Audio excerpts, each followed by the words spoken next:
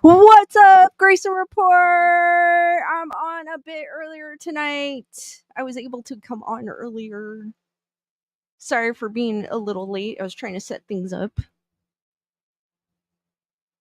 What's up, Nikki, Iva, Tyrana, Will Morris, Psycho Op, Tammy, Daniel, Jennifer Marie, Spirit of the Trees, D Nice. How's everyone doing today? I actually did not go to work today. Just don't tell work. No, they know I didn't. But because last night my power went out at about midnight, and of course I need sound to sleep. So as soon as everything goes off, I wake up, and literally the entire neighborhood was black, no lights. DNIC, my merch is coming tomorrow. That's super awesome. I did see Brandon and Bernadette get their merch that they shared on my Telegram. If you guys aren't a part of my Telegram, can one of the mods drop my link? So if you guys would like to join it. But I also have a merch store too. But as I was saying, I went outside, and usually if the power goes off, it's usually just, isolated to my street, but it was the entire neighborhood. Like, I even saw someone walking around with a flashlight, and the wind had picked up quite a bit too as well. But that was crazy. Then it finally came on, so I was able to sleep after 2 hours. 2 or 3 hours, I don't even remember. Then the stupid whatever it is, the phone kept going off about flooding alert. Not saying that it was stupid, but at the time it was driving me nuts because it was like almost every couple hours they were doing it. I was like, come on, there's people trying to sleep at 2 a.m. So that was super annoying. And then at 5 a.m. it went off again. And I was like, really? Not that I didn't see it the first time at 2 a.m. So yeah, that was so I decided not to go to work. I needed my beauty rest. So that's how my Monday went. That's how it started. So how has all Mondays been so far? Nikki saying, give that like button, love, and share the stream. If you haven't done so, smash that like button.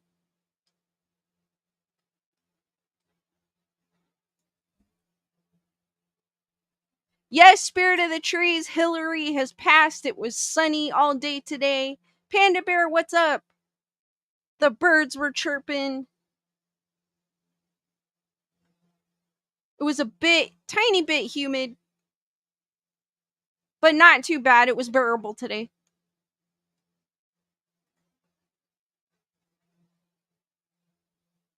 And I had I had water puddles. And Tyrana, what's up? I had Daniel saying it's raining where he's at. I had a bit, luckily the patio didn't. Shelly, thank you for becoming a member of the Wolf Pack. Hearts for Shelly. Hold on, let me pull the chat up here because I can't. There's only certain things I can see through this way, and I forgot to set this up before I went on. And if you guys didn't know, I do have merch if you want to check it out. Selena, what's up? Sinuses are the worst when they're messed up. I hope you feel better soon, Selena. Lisa Boo, what's up? Let me find. I always can't find YouTube on your.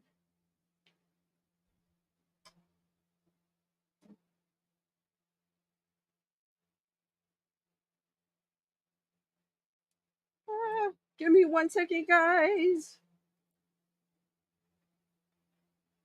So I could see the chat.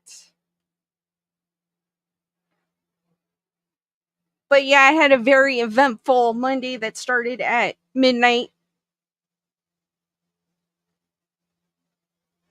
Then I tried, like, going back to the story, I tried to fall asleep because I could hear the wind. And then it started dying down, and I was like, no!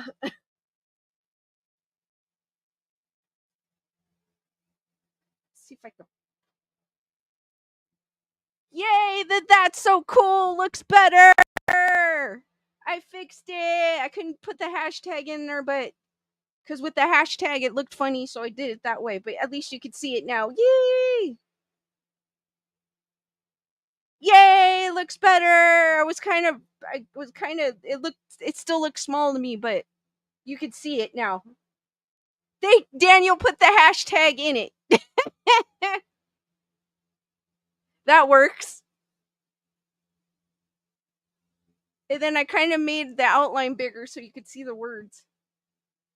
Oh, Fig, thank you. I'm glad you're okay. Jules is here listening.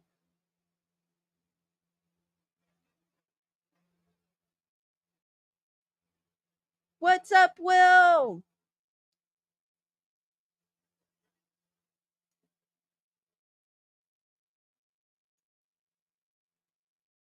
Just so you guys know, I do have a Telegram if you guys want to join.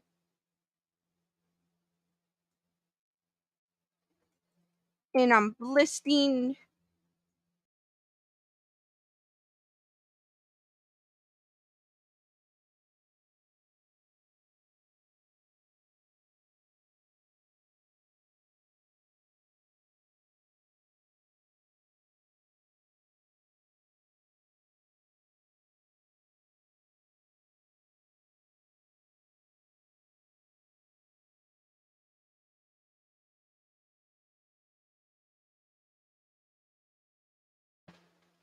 All right.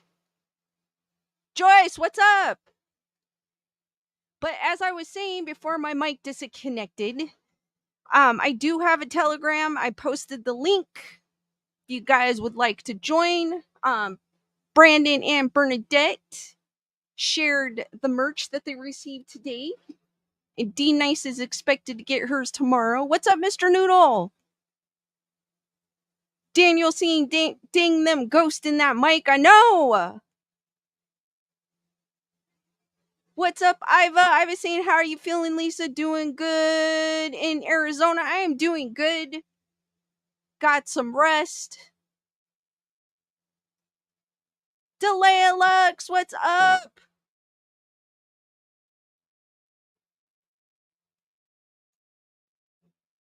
And I also have merch as well if you want to check it out. If I could get the link.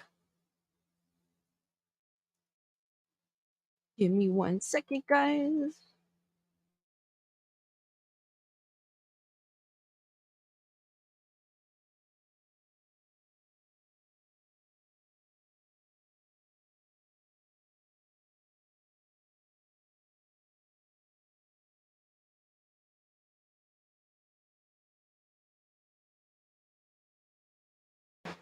D Nice posted. You guys can hear me, right? Because the mic keeps. It's the ghost. They don't want me to talk. I am going to talk about ghosts. Ghosts. You could calm down. D Nice has posted my merch link if you guys want to take a gander. Delea, I'm actually today wasn't that bad. It was a little humid, but it wasn't that bad. It was bearable. Panda Bear saying, "Ghost, leave her mic alone." So if you see me doing this, it's because I know the mic went out. I thought we debunked it, but we didn't. It might be my mic because we weren't using my mic the last time. We were using his mic.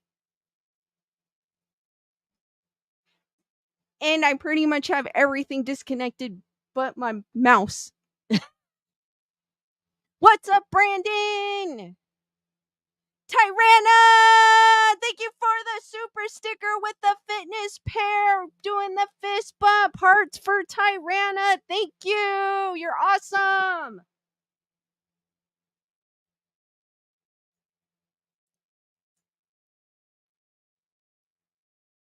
Spirit of the Trees is saying Ghost in the Mic would have a good band name. I'll keep that in mind if I ever want to have a band.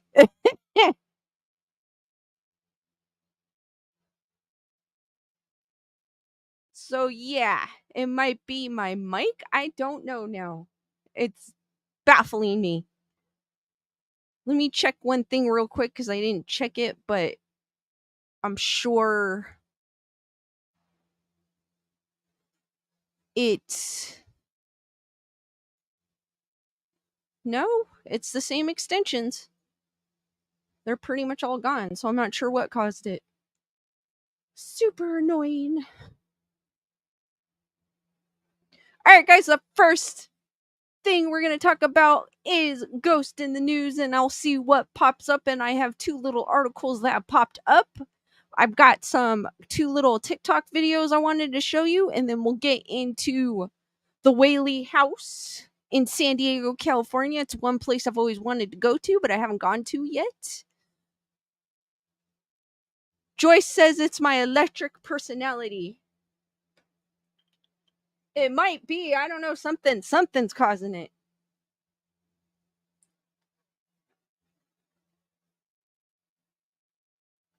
Okay, I was like, I felt vibrations.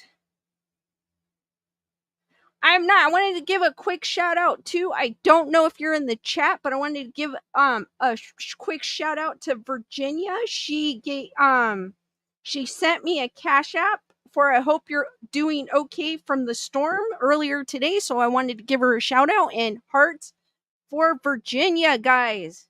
Thank you. I hope you're listening.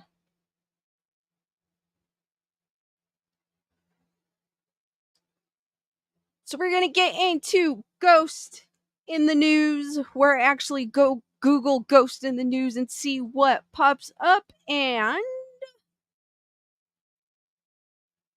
if I can share the screen and pick the right link.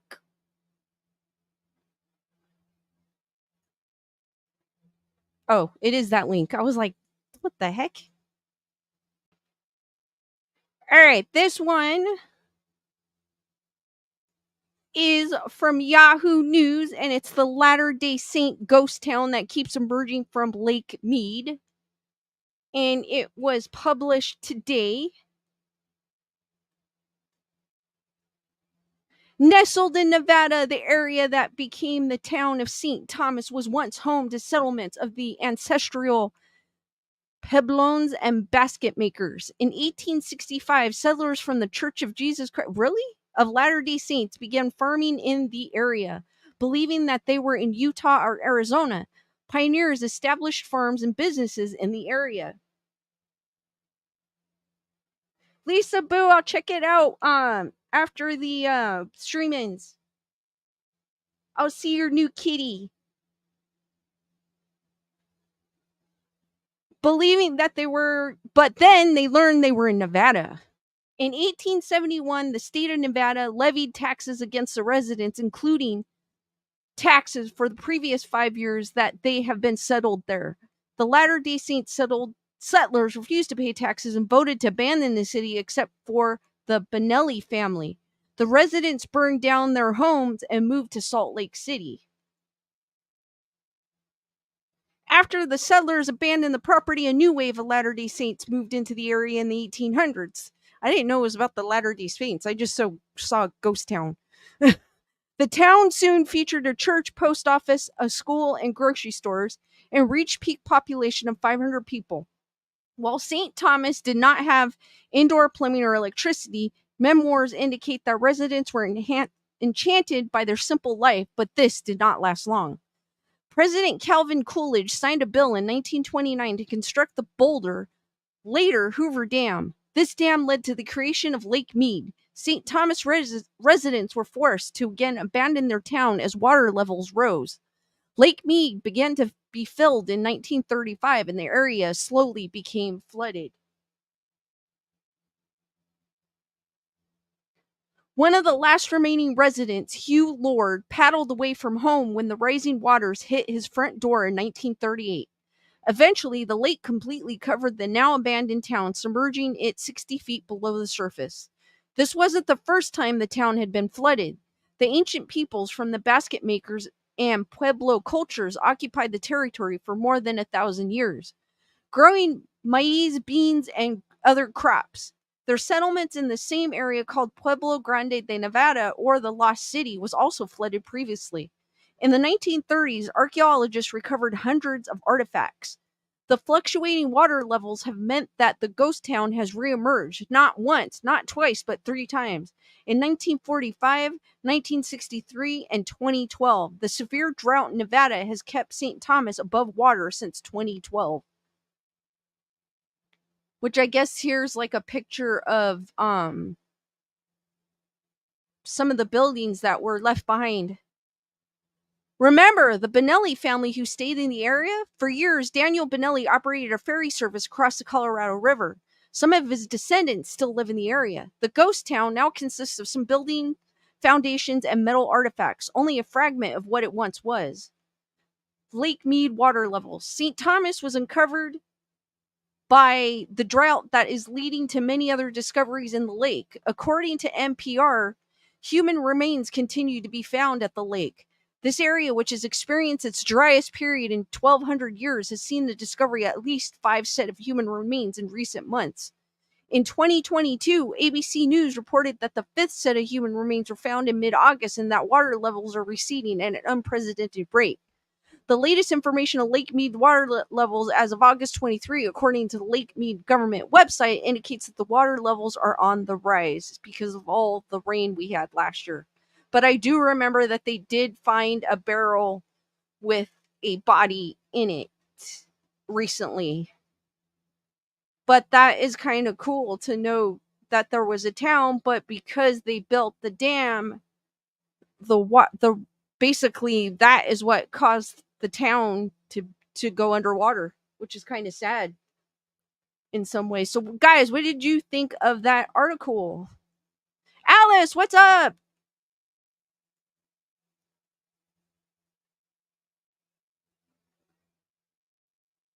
And I know Hoover Dam is also haunted too because of the many, I should do a show on that one because of the many deaths that occurred while building it.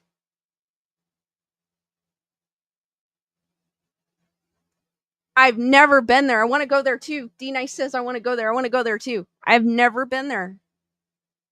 Wendy's like, what did I miss? I was talking about a ghost town that is now underwater due to Hoover Dam. I've seen it in pictures and it is gorgeous. Gunner Girl saying that's pretty interesting. Never knew the story. Panda Bear saying I have heard of Lake Mead and the mob used it back in the day during their business.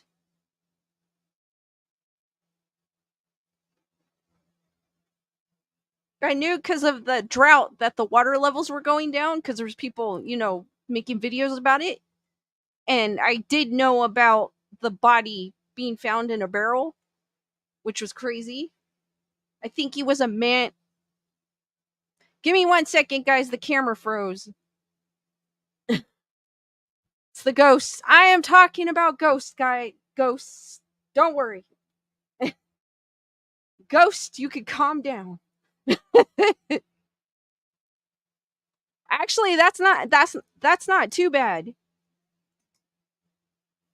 Hold on, guys.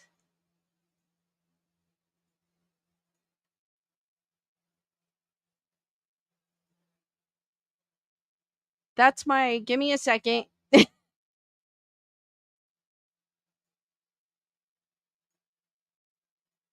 I'm gonna lower. All right.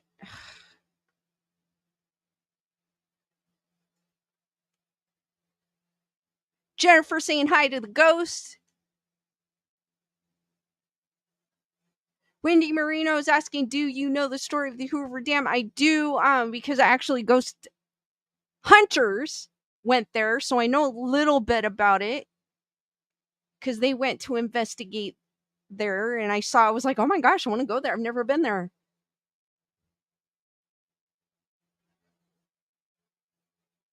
Dean, I said, been to the Hoover Dam twice in my lifetime, enjoyed it more as an adult, seeing it as a 6-year-old scared. Yeah, it looks scary from The pictures that I saw. Wendy said the guy in the barrel was from Niagara Falls.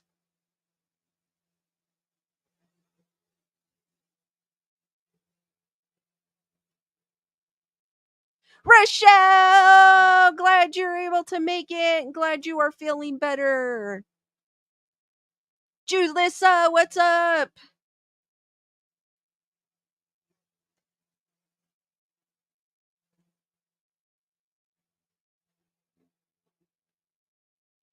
Panda Bear says, I've seen it in one of the paranormal shows. I've seen it on Twin Paranormal.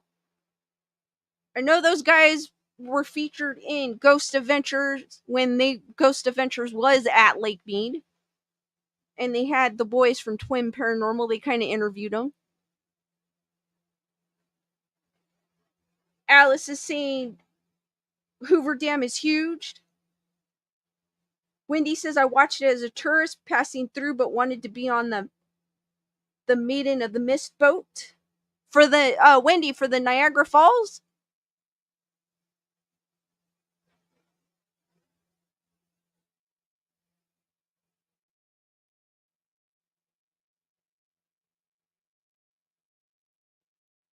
But I should talk about Hoover Dam. I may do that next.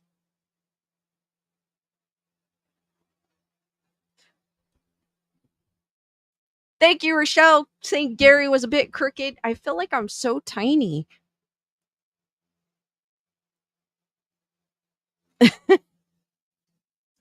Spirit of the Trees is saying Hoover Dam is huge. It looks huge. And saying my phone did a weird thing. What weird thing? Like how my computer's been acting up?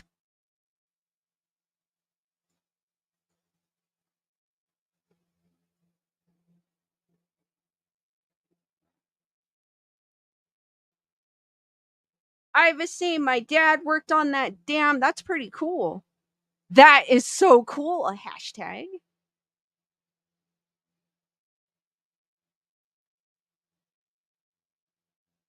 Gunner Girl says they give tours of Lake Mead. It's pretty cool, very big. Panda Bear saying their names are River and Ryan from Twin Paranormal. D Nice with the that's so cool emoji.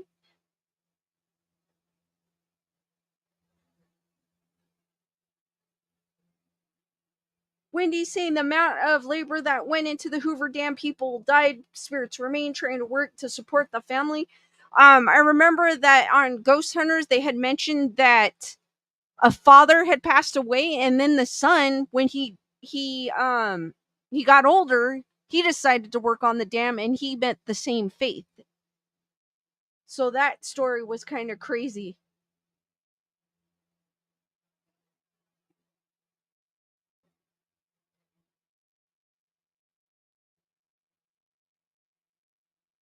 I thought that story was weird. Like he was following in his dad's footsteps, and he ended up having the same fate as his father.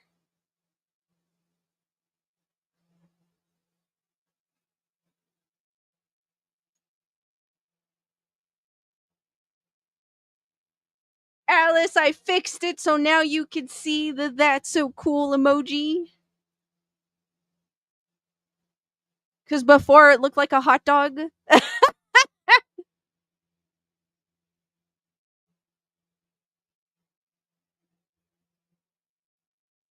So I'm sure there's probably plenty of spirits hanging around Hoover Dam because of the history.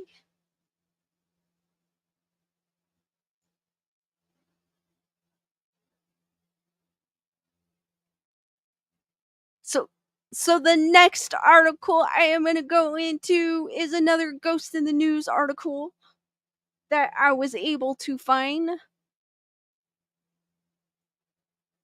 Let's see if I can share it.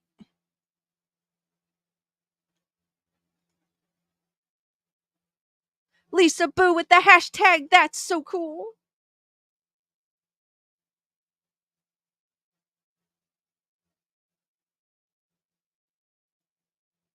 All right, no, I'm not talking about proactive. I don't, All right, this is on 99.5 WKDQ website. It looks like it's a country station, but they also have a website where they talk about ghosts, I'm assuming. That's a good mix. It's a country station that talks about ghosts on their website. Well, anyways, it goes enjoy afternoon tea with Evanville's most infamous ghost, the Gray Lady, in October.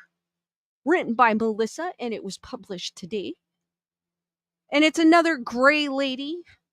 It was kind of nice to hear about a purple lady or a lady in red. And thank you for being a member of the Wolf Pack for 4 months. Hearts for Anne.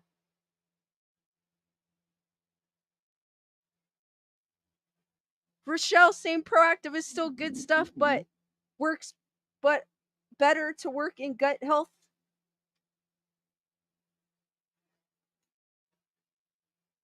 It probably pops up because I actually use it because I'm trying something new. Not that I need the whole world to know that, but hey, why not? Daniel Miles said we had a green lady. I know we had a purple lady the other day. I think it was on Saturday. Well, anyways, this is the Gray Lady of Willard Library. If you're familiar with haunted Evansville history, there's no doubt you have at least heard of the Gray Lady. The Gray Lady is said to haunt Willard Library on Evansville's First Avenue. If you've ever been to Willard Library, you know what a truly beautiful Victorian Gothic style building the library is. It opened in 1885. The library is said to be haunted by the Gray Lady. So who is this Gray Lady? D, nice to seeing all these ghosts are all colors of the rainbow. I have yet heard a lady in yellow. I have yet to hear that, so we'll see what happens. According to Willard Library, no one truly knows who the Gray Lady is, but it is widely speculated that she is the ghost of Louise Carpenter, the daughter of Willard Library founder Willard Carpenter. The first sighting of the Gray Lady happened in 1937. It was around 3 a.m., and she was seen by the custodian who came in to start the furnace for the day. It said he walked down the hall and bumped into a figure which looked to be a woman wearing a long dress and gray shawl. As he watched, she faded into the darkness. From that day on, many have experienced strange encounters at that library. Oh, that's a beautiful library. The place looks haunted. What do you guys think? Chameleon UK, what's up? Daniel, I know, Pink Lady might be next. And then Rochelle saying, like the gray house on the Hallmark show.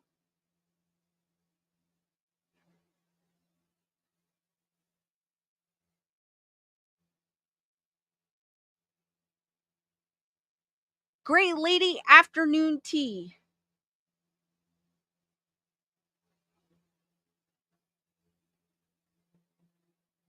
I don't know about you, but I cannot get enough of the legend of the Gray Lady, so I was excited to hear about Willard Library's latest event. Oh, I guess they have a tea event coming up.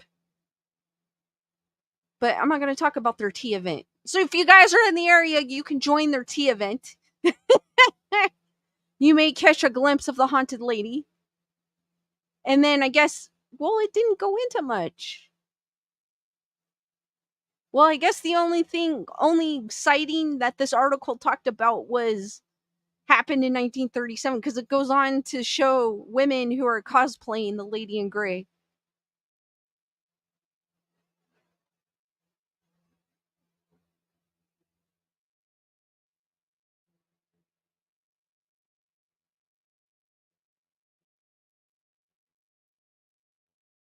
To be honest with you, I don't think she looks like that, but hey.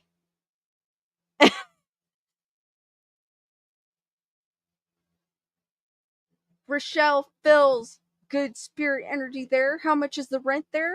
I have no idea.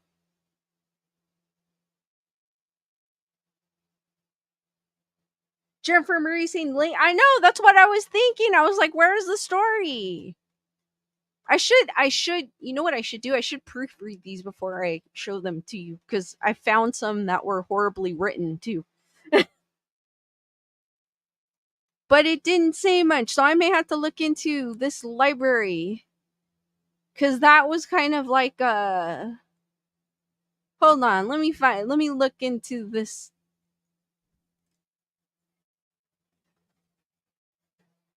because haunting history because that was like,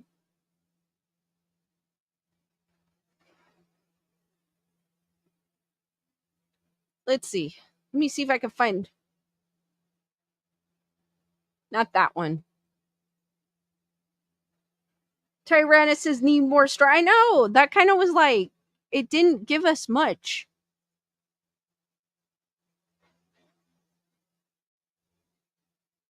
Ooh, here's some. Well, this is kind of short too.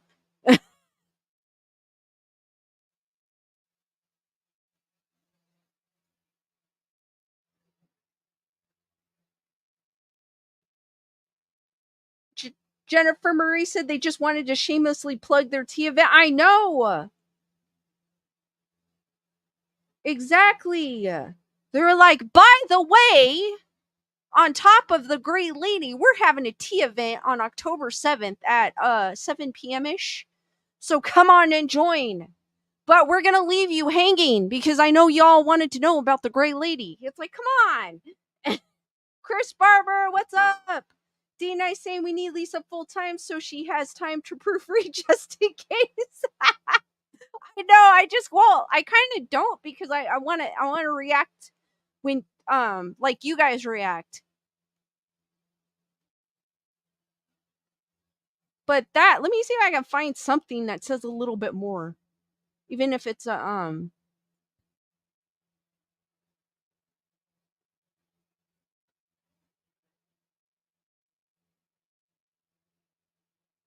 let's see.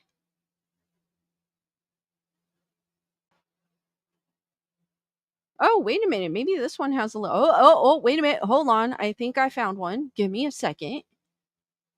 Because I agree with Jennifer. That was like a shameless plug for their tea party that they're having. Nothing wrong with the tea party, but still, don't tease us about the Great Lady.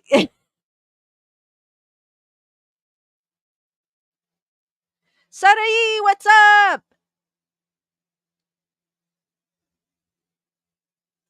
All right. I kind of skimmed through it, so I don't know how well written. Oh my gosh, they really want us to buy Proactive. Guys, if you have acne issues, buy Proactive today. Sorry, I had to add that. Chris Barber, I actually went on an hour early because I didn't work today, so I was able to go on a little bit earlier. Michael, nothing. It was actually nice and sunny today. All right, this article, besides all the ads that are on it, is from Haunted Places, and I think it goes into a little bit in depth about the Gray Lady, so we didn't get teased. So this one's the ghost of Gray Lady at Willard Library. That even does not sound that title. They could have rewritten that better, but that's all right. Made famous by the apparition of a lady in a gray gown, the historic Willard Library is now an iconic landmark in the town of Evansville. Nicknamed the Gray Lady or the Lady in Gray, the poltergeist was first reported in 1937, which we know, by a custodian working on the coal furnace in the library's basement. This article is written a little bit better. Over the years, staffs and visitors of Willard Library have reported similar sightings of the apparition in different areas of the library. However, the children's department is said to be the most haunted spot. On several occasions, the library's CCTV captured the manifestation of the Gray Lady on November 2002. The apparition was captured on tape moving along the study desks in the research room. So I guess this is the alleged picture of the CCTV footage. As we can see, it's grainy as all CCTV footage is. With the technology, you would think we'd have better cameras, but we don't. The home cameras are better than some of these security cameras.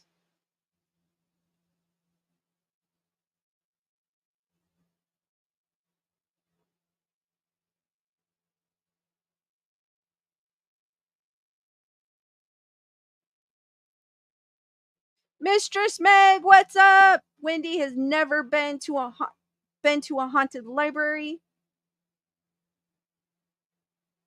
The presence of the Gray Lady is often accompanied by the overpowering scent of musky perfume. Visitors have also claimed to be touched by an unseen force and seen chairs move on its own. Librarians of the Willard Library have also reported having face to face encounters with the Gray Lady.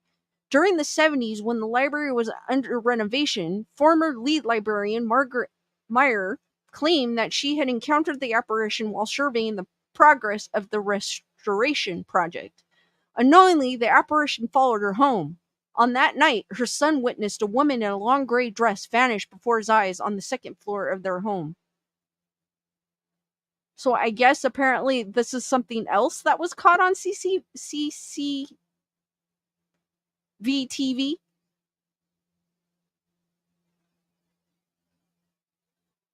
Mistress Meg says this library has a webcam so you can watch it all day and all night. I will have to check that out. Chris Barber says that looks like the opening ghost in the Ghostbusters. Lewis Rex, what's up? I decided to go on a little bit earlier. I usually go on at 7, but decided to go on a little bit earlier. I didn't work today because we had a power outage. And then on top of that, there were emergency alerts at 2 in the morning and 5 in the morning that went off. And mind you, I turned all the sound off on my phone and it still went through. And I was like, oh. So I decided not to go in because I felt like I had no sleep.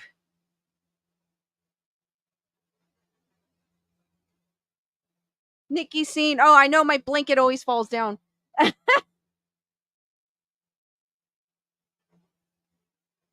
So I decided to stay home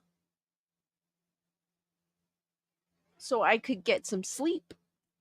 It is believed that the Gray Lady is the spirit of Louise Carpenter, which we knew from the previous article, the daughter of Willard Carpenter, who is the founder of Willard Library. It is widely known that Carpenter had a strained relationship with his 3 children, Louise, Marcia, and Albert. In fact, Carpenter had written that Louise and her husband would receive nothing in his will.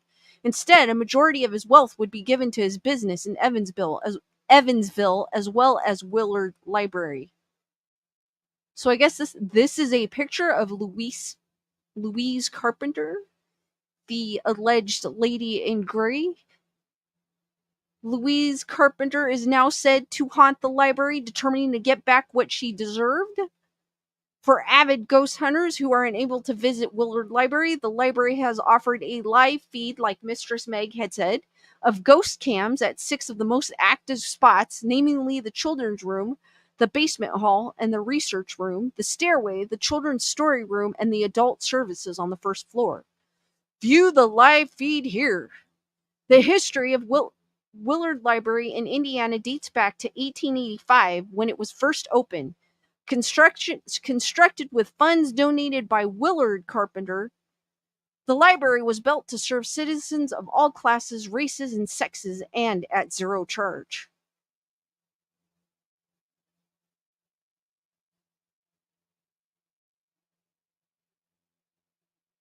Willard Carpenter was a businessman from Vermont who came to Evansville in pursuit of a career, a charitable magnate and member of the city council. Carpenter played an instrumental role in the development of Evansville. Apart from donating generously to the local community, Carpenter sought to fulfill his dream of building Willard College, Evansville's first institution of higher learning. However, in spite of the massive support from the local community, he lacked the funds to do so. Eventually, Carpenter was convinced by his peers to build a cheaper, Willard Library, which remained in line with his aim of improving the educational environment of the Evansville community. Groundbreaking was held from the library on May 16th, 1877. And this is a portrait of Willard Carpenter, who wanted to build a college but did not have the funds to do so, which is how the library came about.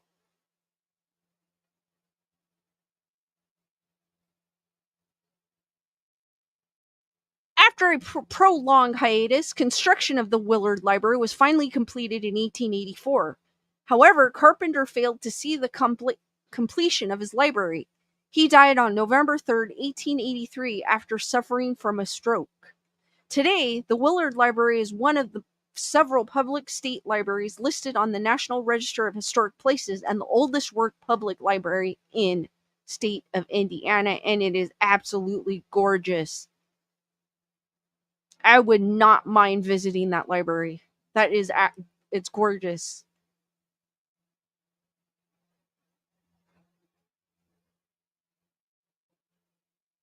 Chris Barber, we're okay. We didn't. I know some places had flooding, but in my area, it wasn't bad. I think we had a tree fall down on one of the streets, and then the power went out for about 2 hours here last night. But other than that, the rest of the day was kind of smooth.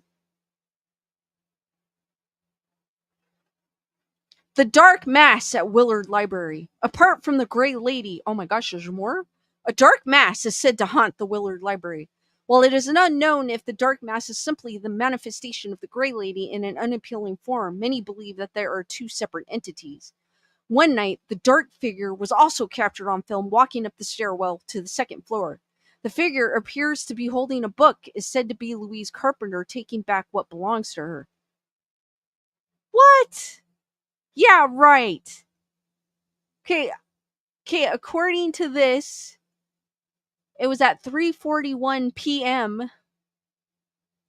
and there's a dark mass in the middle of, it looks like the children's section, children's room.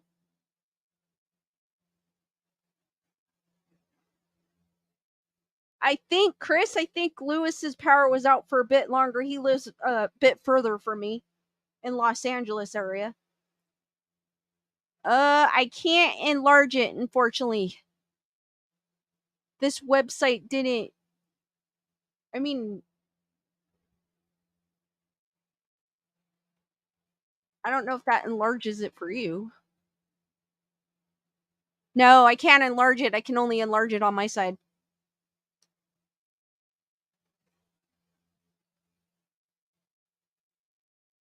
Thank you, Tyranna, saying I'm glad the storm wasn't bad. I was praying for y'all. Jennifer Murray saying, no way that's real. That's what I'm thinking. I'm like, no way. Somebody in a black suit.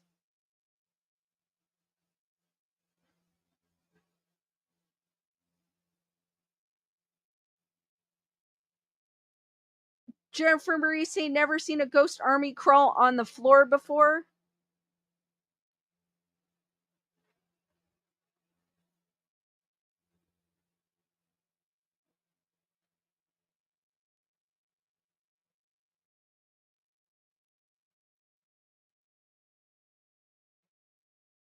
That, I mean, you could kind of see through it. So maybe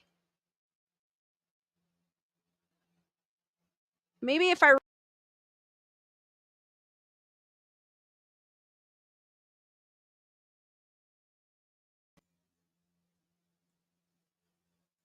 but yeah.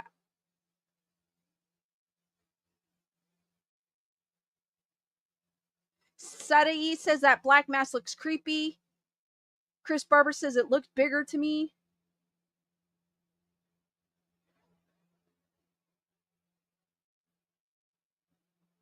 Oh, that kind of did. Here, I'll just remove me so you guys can see.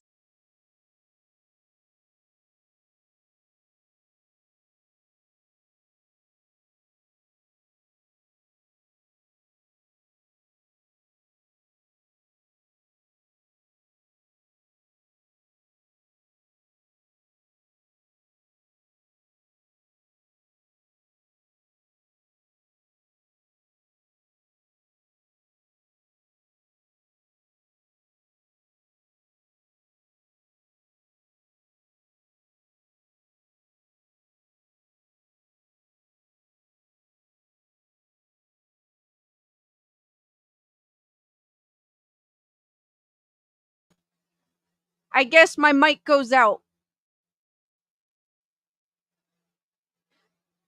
Yeah, it is, but it's from this specific website. Will Chris Barber saying maybe a ghost child is playing on the floor?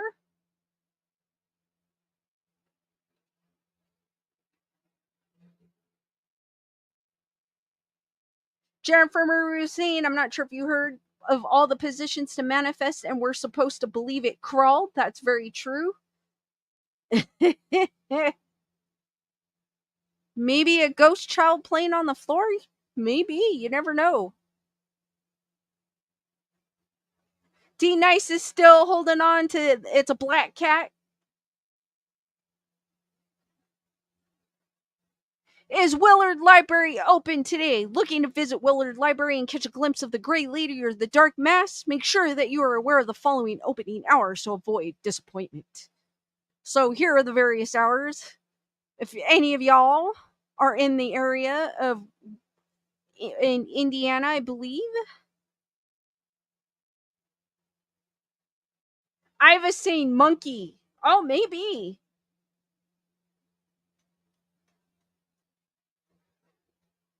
No, it looks too big to be a cat. Rochelle gets really raw vibes.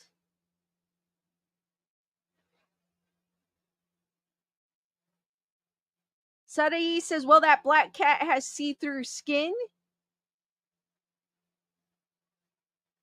Apparently, this library has a cam that they stream off of that I think you could still look at it to this day. Like a ghost cam, and it's and you can watch it to see if something pops up.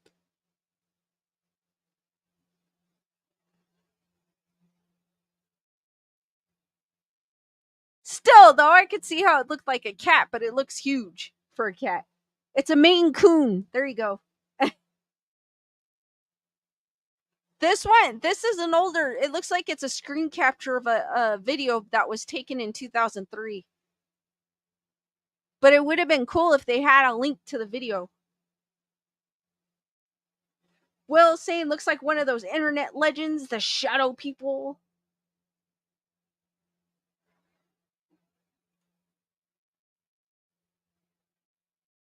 Have any of you guys been to that library or been in that area? And saying it could be anything? D Nice saying if giant, yeah, well, no, there are huge cats. That's why I said a Maine Coon. Those, have you seen a picture of a Maine Coon? Hold on. Going down a rabbit hole. These cats, that's what I'm saying. These cats are humongous.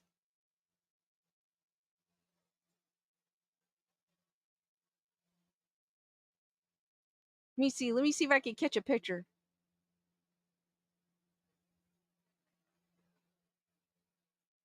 Hold on.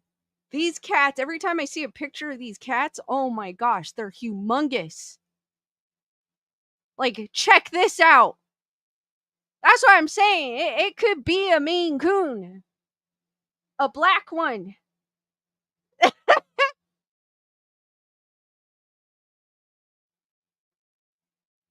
They're beautiful cats, though, but they're huge. I mean, their paw has to be as big as my hand.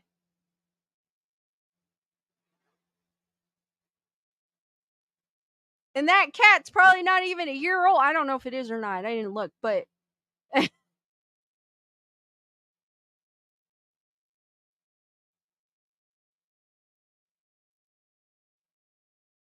Sadie saying, "Wow, that's half a person." Jennifer Murray saying, "I want one." They're cool looking cats. In fact, the cat in the newer Pet Cemetery was a Maine Coon who played church. Bernadette, I want one, but they're expensive. I can imagine. Beautiful cats, though. Very beautiful.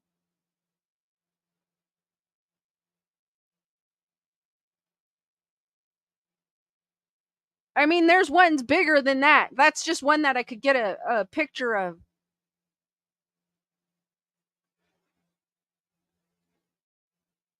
but they're beautiful.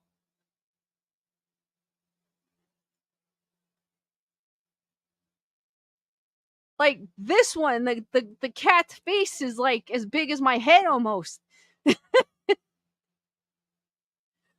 I'm going down a rabbit hole.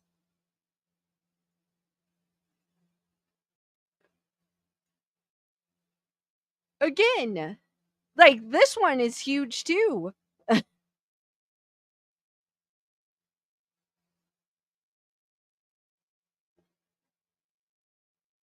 Will Mars is saying, "Give that kitty whatever it wants, and there will be no problems."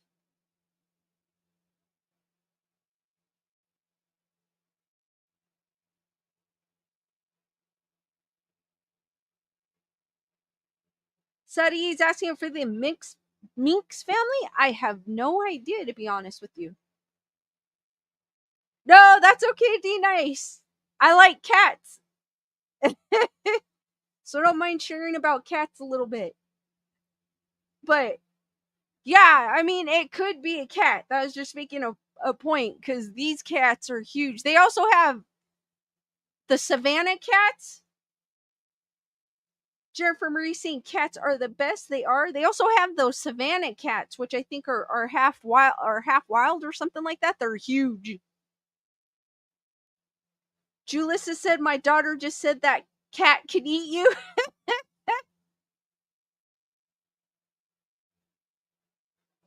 And saying, "I wish we could have cats, but have everything else because of allergies." I know. I used to be. I still get a little I still get a little reaction from cats, but not like when I was younger.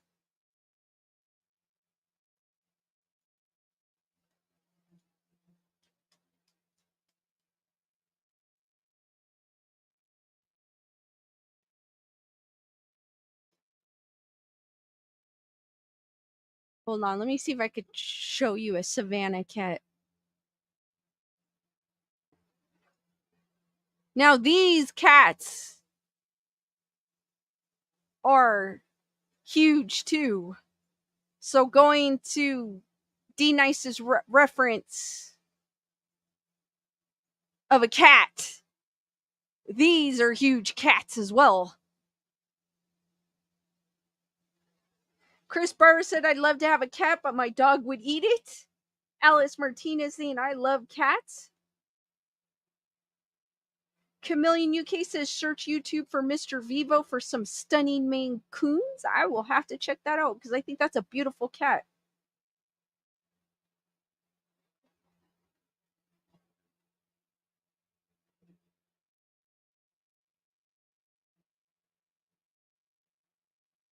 Alice saying, "I have two short-haired cats." Sadi saying, "That looks like a bobcat." Chris Barber says, "I like the Bengals too." I know it kind of does. But there's people I've seen the videos popping around that own a Savannah. And I could just imagine like having that cat.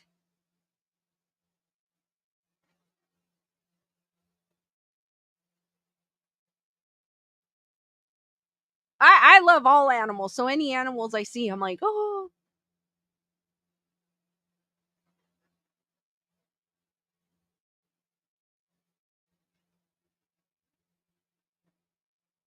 Chameleon saying caracals are very spicy cats. D Dice is like, back to the article.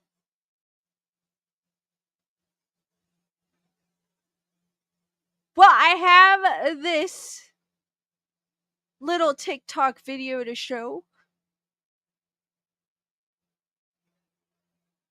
It better be at the beginning.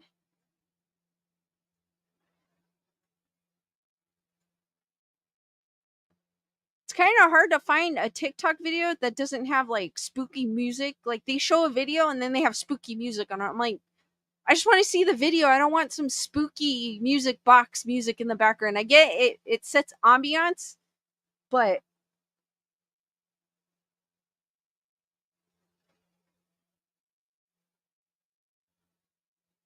Oh, Chris, that is so cool. My brother has a cat with 6 toes on every foot. Super cool. Seti goes, well, my favorite cats are the cats that speak to you. I have an outside cat that I feed, and he'll meow in the morning. I'm like, you're ready for breakfast? And he's like, meow. Did you sleep good? He's like, meow. All right, this is a little video I found on El Kukui TV. I kind of see like different videos on here. It's kind of hard. It's getting harder to find videos because, like I said, a lot of them have music on them. And YouTube does not, even on like the basic like music, like YouTube will find a way.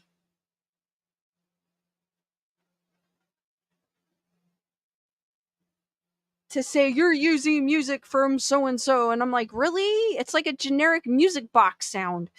But anyways, without further ado, this thing is so weird. Hold on, I want one. Muchachos, hay algo allá afuera que estamos viéndolo. ¿Quién eres? Tú no eres un gato. ¿Qué pasó? ¡Ay, qué es eso! Vete de aquí, ¿quién eres? ¿Qué es eso? That's what I'm asking. ¿Quién eres? Te estoy grabando. ¿Quién eres? ¿Por qué estás aquí en mi casa? Tú no eres un gato. Tú no eres un gato. Te ordeno que te vayas de mi casa. ¡Ay! No manches. No manches. ¿Qué es eso, Regina? Se abrió la puerta. Se abrió la puerta. Se abrió la puerta. ¡Ay, güey! Se me abrió la puerta. Vámonos, vámonos, vámonos, vámonos. Regina, están tocando. Préndelo. It's seeing a witch pretending to be a cat stalks the ladies.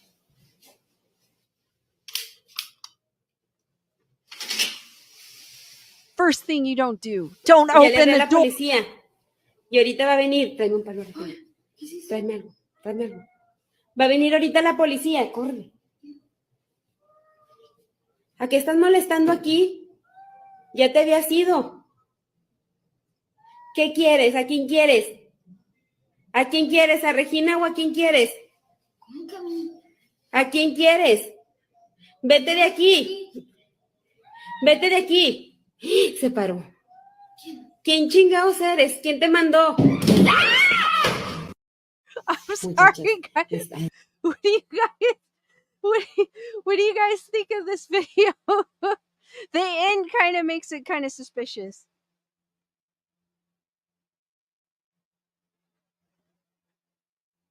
D Nice is saying, as said in the Mummy, cats are guardians of the underworld, which is true.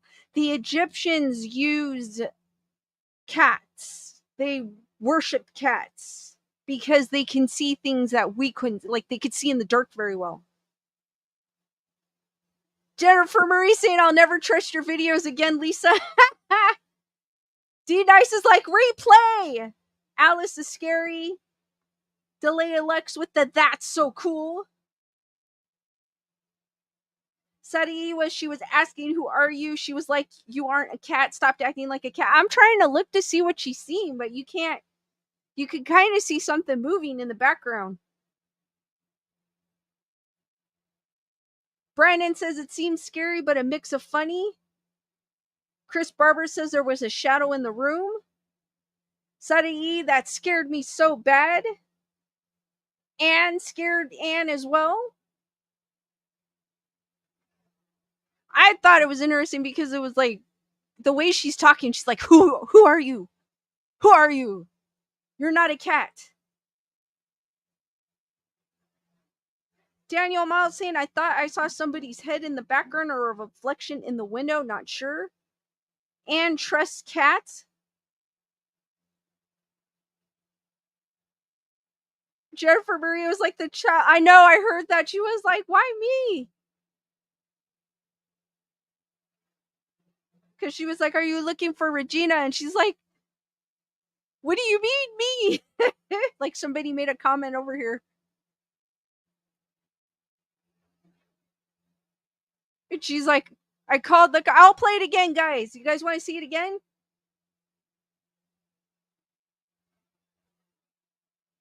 Sadie says, I saw feet. We'll go ahead and play it again. Hay algo allá afuera que estamos viéndolo. ¿Quién eres? Tú no eres un gato. ¿Qué pasó? ¡Ay, qué es eso? Yeah. Vete de aquí, ¿quién eres? It looks like something's moving here, like that white spot on the floor. ¿Qué es eso? ¿Quién eres? Te estoy grabando. ¿Quién eres? ¿Por qué estás aquí en mi casa? Tú no eres un gato. Tú no eres un gato. Te ordeno que te vayas de mi casa. ¡Ay! No manches. No manches. ¿Qué es eso, Regina? Se abrió la puerta. Se abrió la puerta. Se abrió la puerta. ¡Ay, güey! Se me abrió la puerta. Vámonos, vámonos, vámonos, vámonos. Ay, Regina, están tocando. Préndelo. I think they put 2 videos in one.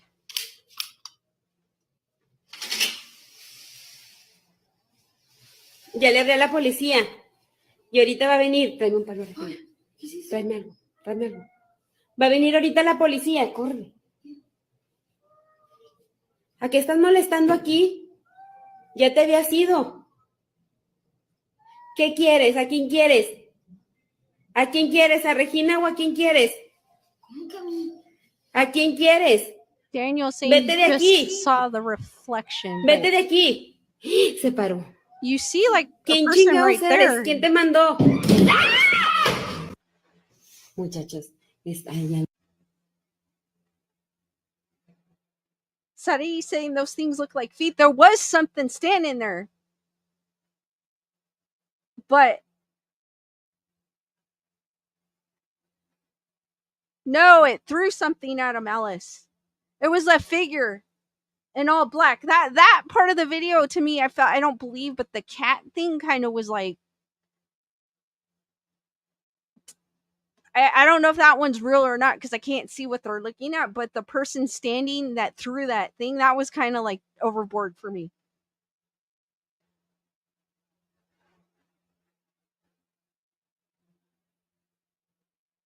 Jennifer Marie was like, hold on, let me see if I could pause at that part, like with that figure. Yeah, like you right here, you see like that little black figure come up. And then that's when it throws. Yeah, see right here, you could kind of see it better here. Like to me, that part right there could be debunked because it could be someone standing there. Chris Barber said either a person was there and threw it or a shadow did it.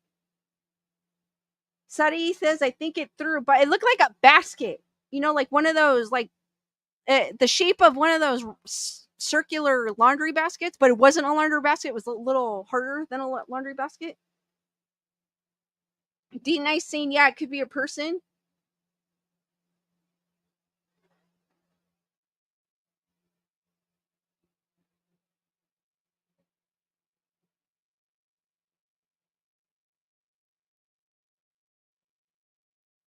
Matthew's going, the shadow knows. Daniel's saying, yeah, like a wicker basket. Chameleon UK saying, looks like someone reaching for something. So yeah, that's what that part, but the part with the cat, it's kind of like, oh my god, what is that? So that's what when I first saw that one, that's the reason why it stopped me in the tracks. And then I was playing it again, and then this part popped up, and I was like, no, the second one seems like a little debunkable to me.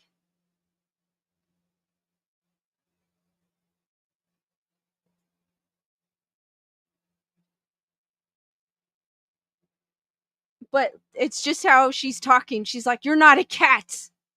What are you doing here? Get out of here. You're not welcome here.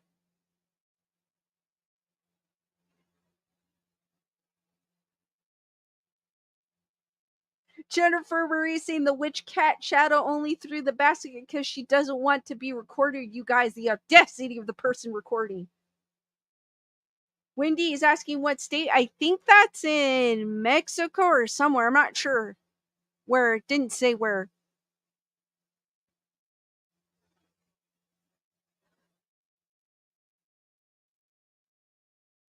It doesn't say like what country.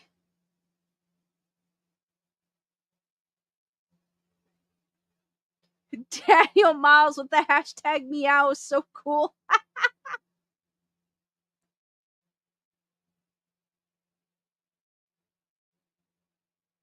That's a good one, Daniel. All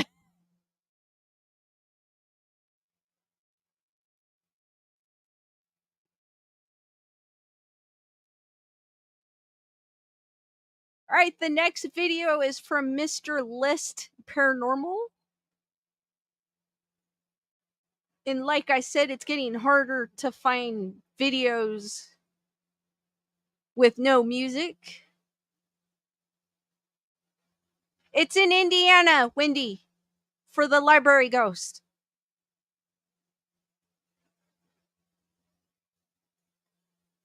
So this is from Mr. List Paranormal.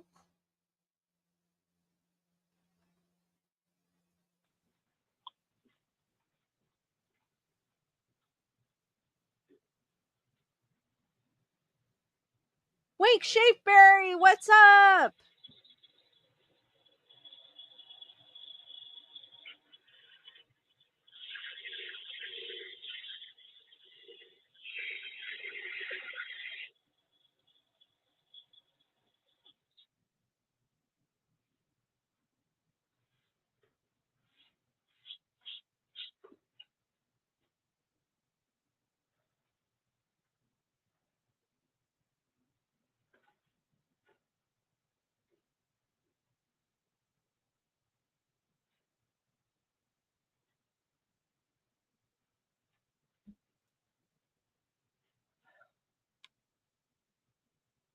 Hun?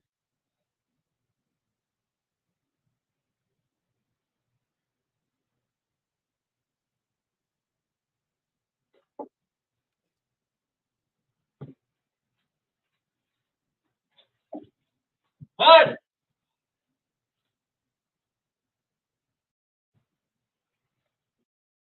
So what do you guys think of this?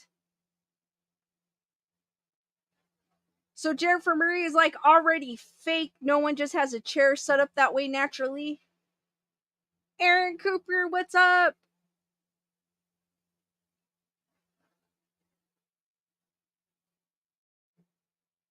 Tyrannus saying fake. Chameleon UK saying fake.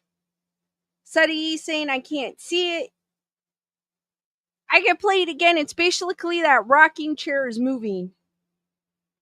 D Nice is like, what the heck? Yeah, fake. Julius is like, I need to grab. I don't think I can make this big. I can't make this bigger, unfortunately, guys. Because it's the way TikTok is. Rochelle saying something's there. Chris Barber missed it. I could play it again.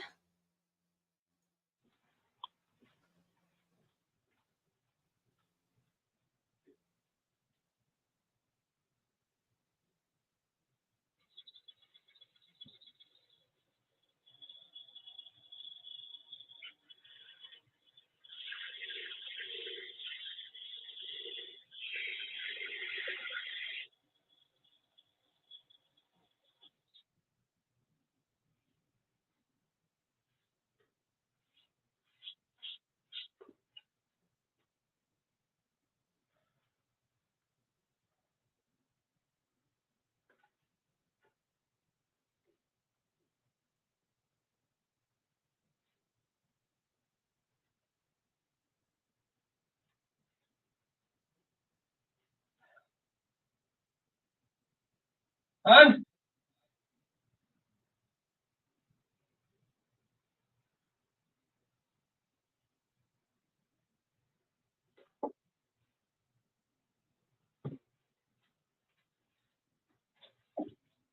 Hard!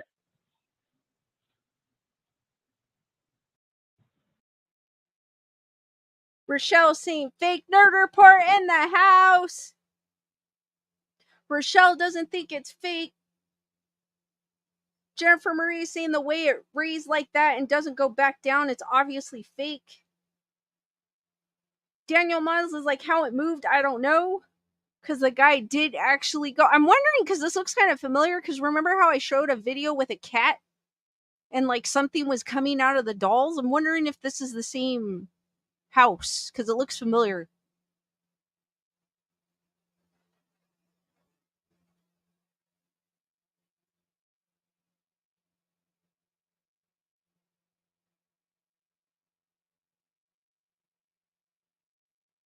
Springstorm's asking, what was he doing? The rocking chair with the dolls on it just moved. Chameleon UK saying someone pulled it. You can see it slide slightly. Lisa Boo saying it's sus to me.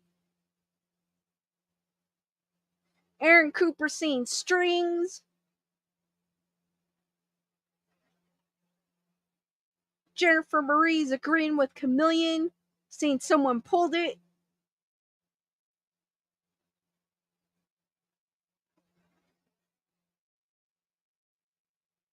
Sadie's like, I don't know. I don't know, because this one, I kind of agree with Chameleon. You could use strings, because if you notice at the beginning, like he walks to the side of it, so it's kind of hard, like a string could be this way. We don't know what's on this side. But he does go behind it, so obviously there's nothing behind it. Tyranna, not sure about this one. Because the fact that he does go behind it, but I agree with Jennifer had said too, like no one has their chair just placed like that. D Nice is saying, yeah, a string.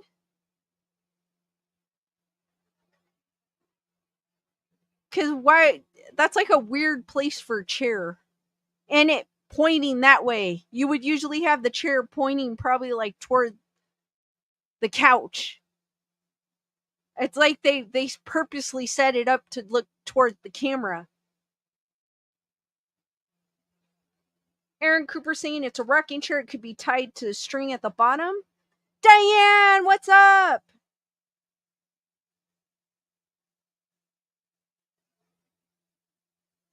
Daniel saying he walked by it, not paying attention to it, so it looked like he knew nothing about the chair. Chris Barber saying, I'm suspicious.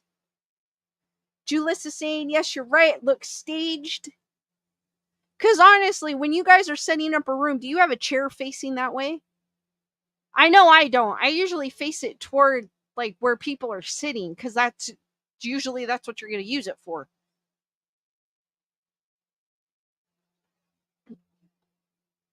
D Nice is saying the bottom is flat. It doesn't look like a rocking chair. Kind of does look flat. But even so, I think you can pull it somehow to make it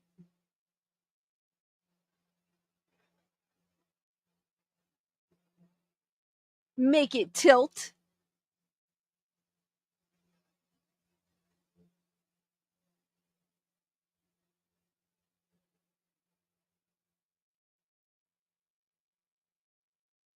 Brandon's like, unless I randomly play guitar, then no. Jennifer Marie saying, serious question, do people really have cameras in their house? I would never think to... Hold on. The little heart thing in the chat is covering. I would never think to do that, but all these paranormal videos have cameras in their house.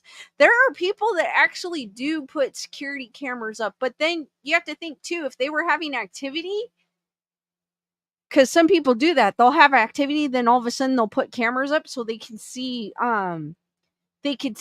what's happening. Like, oh, I want to see if this is true. So there are people that do. I know a friend of mine, in his house, he has cameras, security cameras inside it's also just to protect you. It's mostly in case something happens, like you get a break-in or something. It's not to spy on people in your house. But I think mostly if you do have a paranormal experience, most people do put a camera up just to I guess just to see if they're actually what they're actually seeing is true. Sadi saying we have cameras in the house. I have a camera in here. And then I have a camera in my room. If I go on vacation or something, I turn it on. But in here I have it because I have my equipment and everything. So it's just a protection just in case. You never know what happens.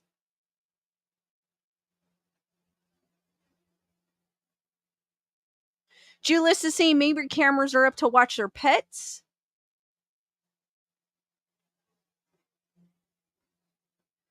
Chameleon UK, some of the paranormal activity house don't have cameras. You just don't see those videos, obviously. Yes.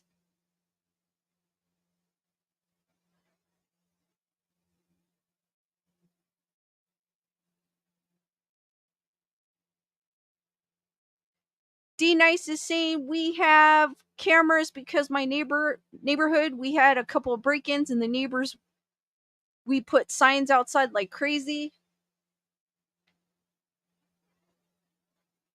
Seti, for her it's to watch the cats and dogs. For me it's a protection thing just in case. You never know, but then I ended up catching other things besides the intentions of what I had it for. But you just never know. It's a protection thing. Aaron saying I have cameras outside and inside to catch the faces of the intruders better indoors. Yes, you can. Which is weird, but you can.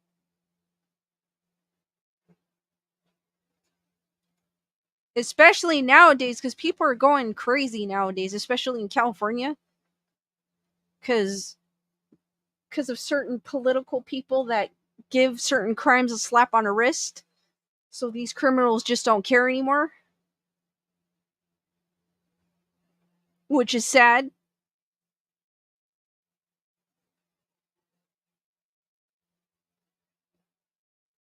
Daniel has been playing guitar for 35 or so years. Wow. That is so cool. Same thing, Brandon. That is so cool. I always wanted to learn how to play guitar.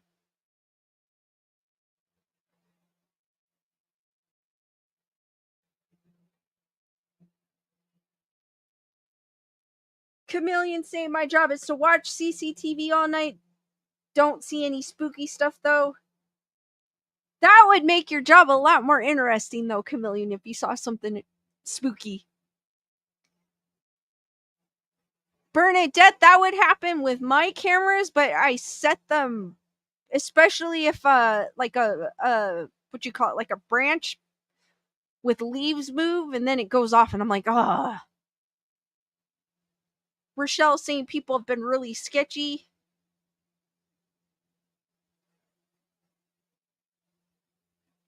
D Nice is saying my dad also put signs outside because he has bang bangs and solicitors started to leave us alone. That's good.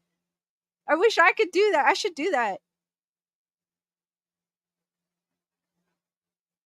Sadie is asking, since it's not a crime to steal, does that mean it's still a crime? It's just they give them a slap on the wrist. Like it's not, there's no major punishment for it, I should say.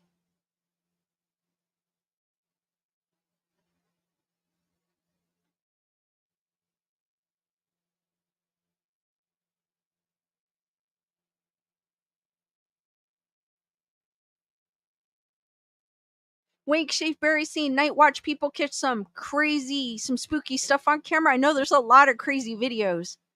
Like there's one I want to show, but it has music. Well, let me see if I can find it. I could just turn the music down. It's one because I can't find like the original of it, but I wanted to show you guys. See if I can find it.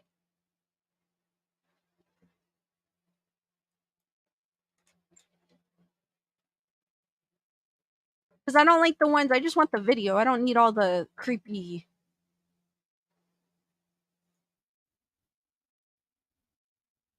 And there's a guy narrating too, and I don't like those.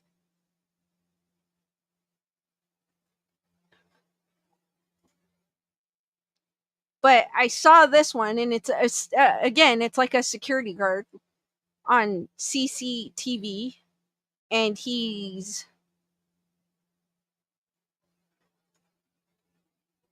this one's from Chilled and Disturbed, but I've been looking for this video and I can't find like the actual video.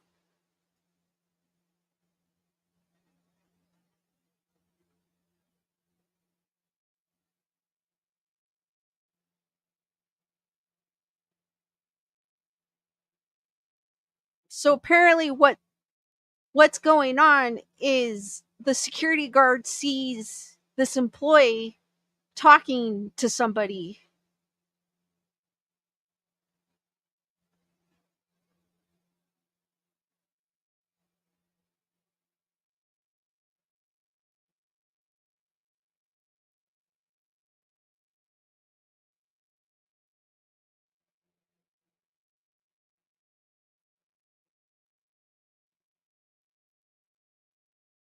And so he calls him to ask him, like, who were you talking to? And he said it was one of my coworkers. And I think he said something like he's not going to make it into work today. Like he was dressed for work, but he wasn't going to make it into work today or something like that. I don't know the exact wording.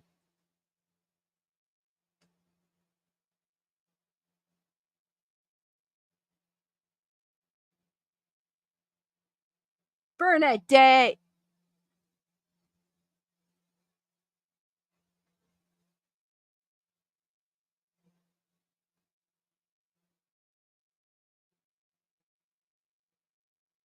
So for this guy, he thinks he's talking to his coworker.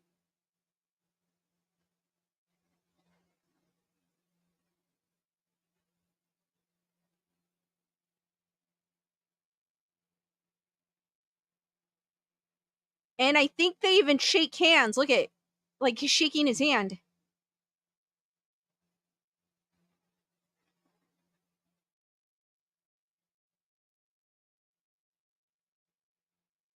So I guess what they ended up finding out was that coworker had passed away that night.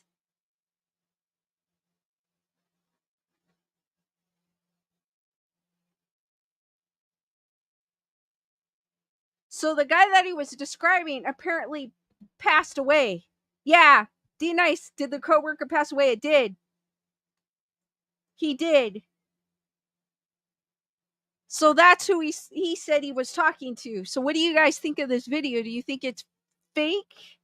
Jennifer Marie said, how do we know there's not someone behind that wall, but otherwise it looks like it could be real? Julius is saying maybe he's hallucinating. Daniel Miles said saw that same kind of video there that they were under a street light and the guy was talking to somebody who wasn't there. I also shared a video of a security guard in a hospital that was talking to a past resident that had passed away. And he was like, literally, no, I'm talking to Mrs. So-and-so. And then the security guard in the booth was saying, Mrs. Who? She passed away so-and-so. And it freaked him out. Jennifer Marie says, yeah, it really does look like he fist bumps or handshakes. This is trippy. D Nice says, okay, that's legit. Chris Barber says, could be real. Brandon saying, is he pumping himself for a conversation?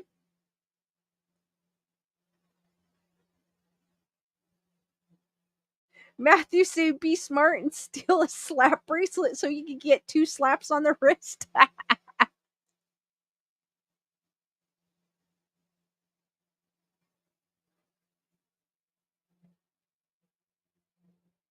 Aaron, yes, the coworker, they found out that coworker passed away that night.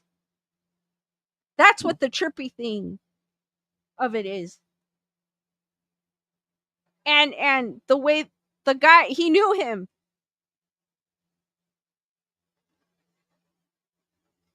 D Nice said it happened with my mom when she worked the night shift in the NICU at the hospital.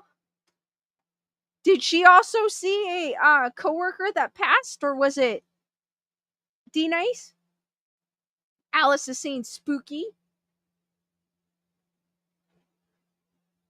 Bernadette saying maybe he went back to say his last goodbyes. Definitely. Well, yeah, Rochelle, definitely a hospital has vibes. Major vibes. I don't like hospitals too much.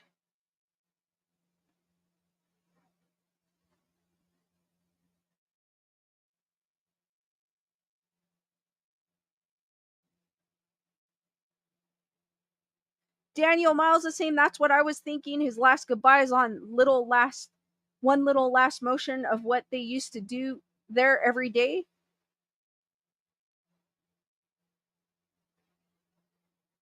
Jennifer Marie couldn't imagine the toxic environment that even so in death you gotta call out. I'm not gonna make it, bro. I died. Aaron Cooper says spirits can visit. I believe that. D-Nice said it was a family member. Also, too, she had premonitions of people she knows passing a week before it happens. That is crazy, D-Nice. Bernadette saying me neither about the hospitals. Too many sick people in them.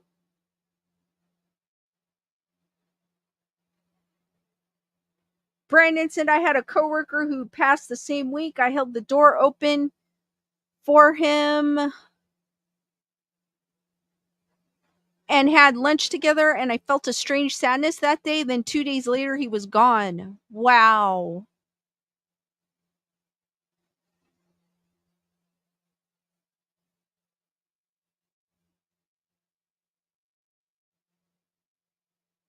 Chameleon UK, the camera at one of my jobs caught a guy on his bicycle getting hit by a car at 2 a.m.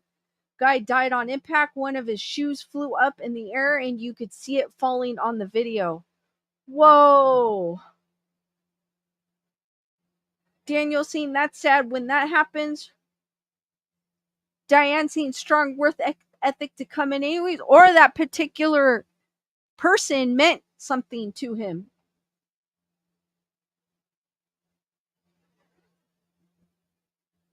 Wake Shape Berries, like when I had an appendix out as a kid, I saw a jet black figure by my side when I woke up. It was positive though, felt love.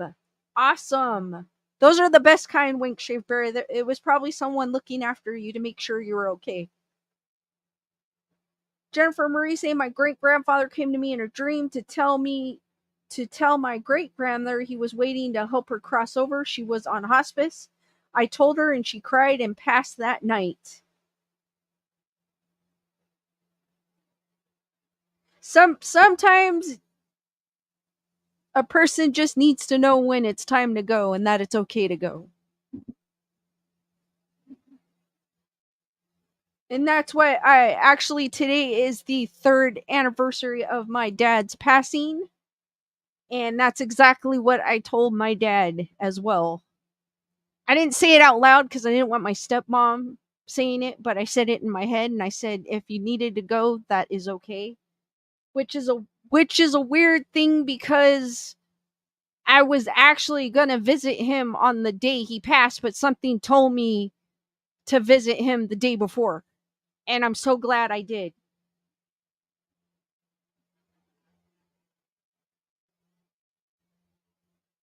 Daniel Miles was the only thing I remember when I got my appendix out was the doctor asking me if I wanted to keep it.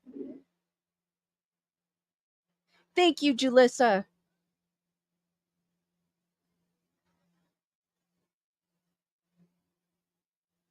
Jennifer Marie saying, I think she cried because he passed in 1980 and she passed in 2011, and I think she was happy he waited for her. The tears seem like tears of love, if that makes sense. Yes, it does. Brendan! Thank you for the super chat. So glad you have a community here for you. Condolences to you. Thank you, Brandon. I appreciate that. Hearts for Brandon! You're awesome, Brandon. And if you guys are on my Telegram, I was about to say TikTok, Telegram, you could see Brandon, the sticker that Brandon got from my merch store, and you can also see the goodies that Bernadette got from my merch store as well.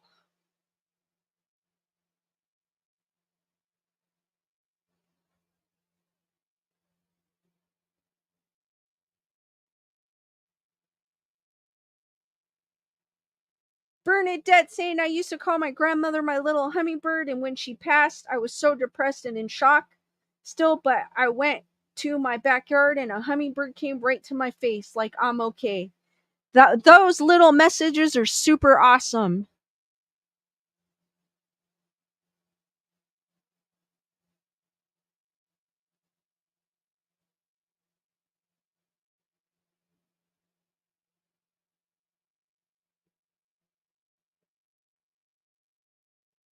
Chameleon UK, Lisa, if it's an anniversary, you must tell us a happy memory. I have a lot of memories with my dad. I used to go with him everywhere. It was like father like daughter type of thing. Um, we would go. I remember one time, because he was in the Air National Guard, and he would go on his guard weekends, and I would go. I think I was like in 4th grade, and they would be doing training missions, so I would go with them. So they'd be camping in the desert. It was in Joshua Tree, and they would rappel up and down rocks. And I remember I did that too. I was crying because I was scared at first, but then I was rappelling with the guys, and then one of the guys was like, "Hey, you want to come and shoot this pew pew?"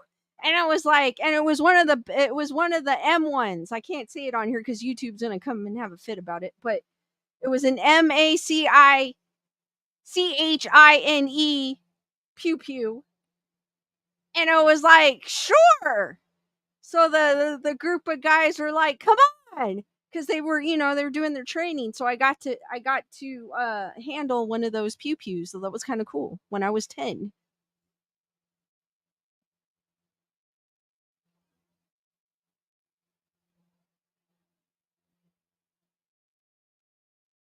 Wake Shave Berries goes, I got a sort of a sense of calm from the black figure I thought was my parents, but they told me they had gone home. That is cool. Those are the best, especially if you're going through when you're grieving and you get that reassurance. It's still a hard time, but to get that reassurance, it kind of it and to get peace from it and to know like they're with you is always a calming experience.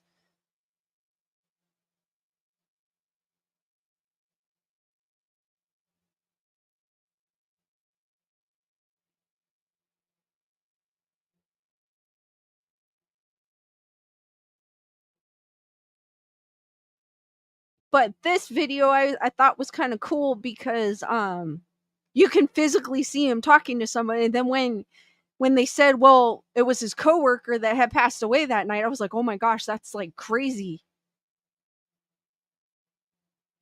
D Nice sent me something on TikTok, but I don't think I'm signed on here on my computer. Am I? Oh, I am.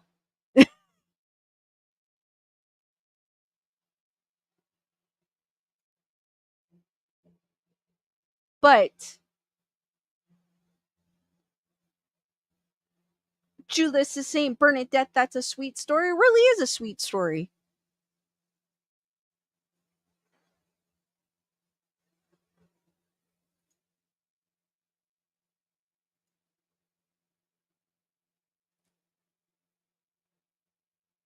All right, it's saying I gotta look on the TikTok app. All right, give me a second, guys. No, not the sound. It's gonna kill me.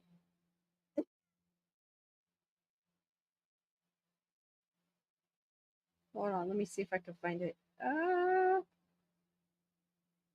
I'm horrible at finding things on TikTok because I don't really um I don't see it.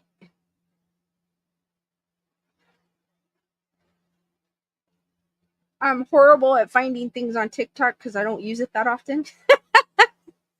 Well, I mean, I guess I use it because I use it to show videos, but I'm not an avid. Thank you, Alice. Sorry for your loss, Lisa. Jennifer Marie saying, I used to see my great grandfather often, but once my great grandmother passed, he stopped coming around. He's with his love now, and it's the sweetest thing ever. That is such a cool story. And she also says my great grandmother visits us through as butterflies.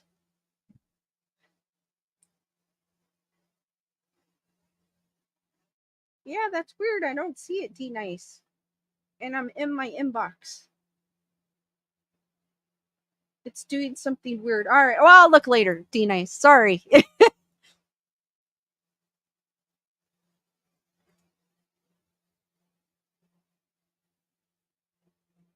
All right, let me show you. Let me look for one more video. Chris Barber says those stories make me all warm and fuzzy. Jennifer, they are beautiful story.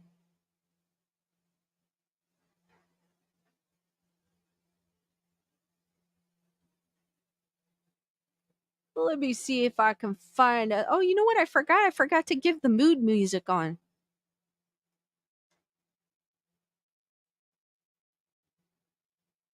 We'll go with the. So we can get a little. I'll set the mood for you guys. No, I'm just kidding. Oh, wait a minute. It sounds like it's loud. There you go. Because I don't want it overcoming on me. D Nice was like, yes, that's better. We need the music. So you guys don't hear the hum of the fan or the dead air. And then you guys could be vibing. You guys will be like this while you're watching me. Bernadette, that's alien love making music.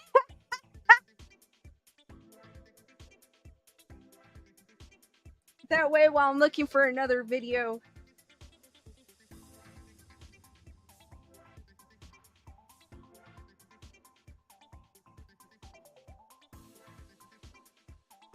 Wake Sheepberry saying play more videos. That's why I'm gonna look for some more videos before I get into the Whaley House. I know I found.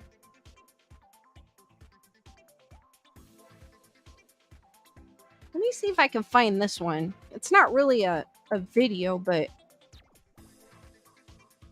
I can't find this one.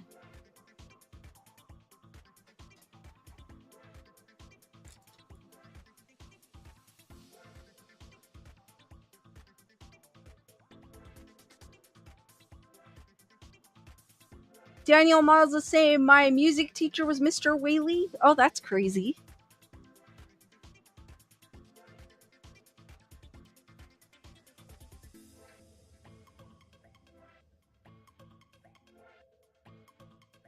Let me see if I can.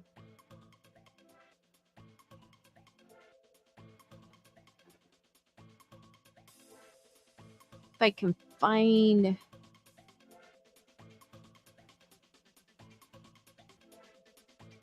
One while you vibe off of the music. Oh, here it is. All right, this is just like a picture. It's not a video. Hold on, let me pause it because.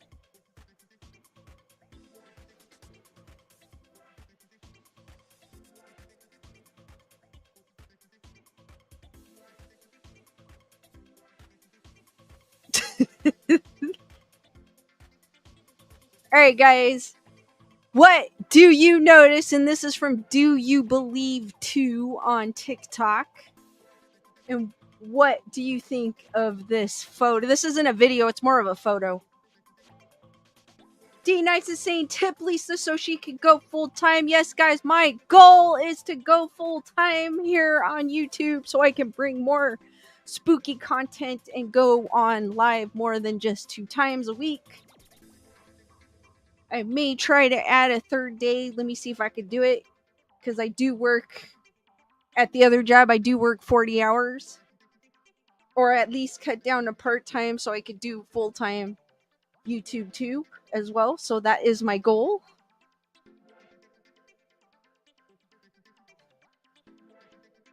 D Nice is saying we miss your hiking videos. That's another thing, because I have no time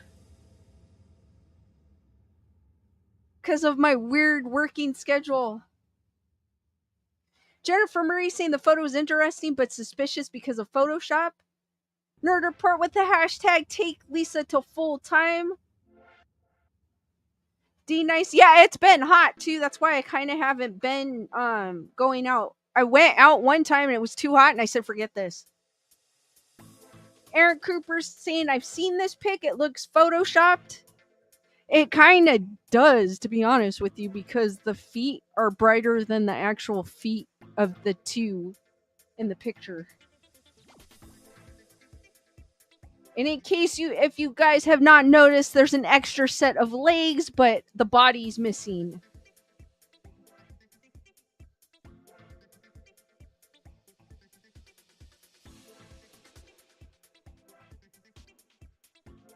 Right here in the middle.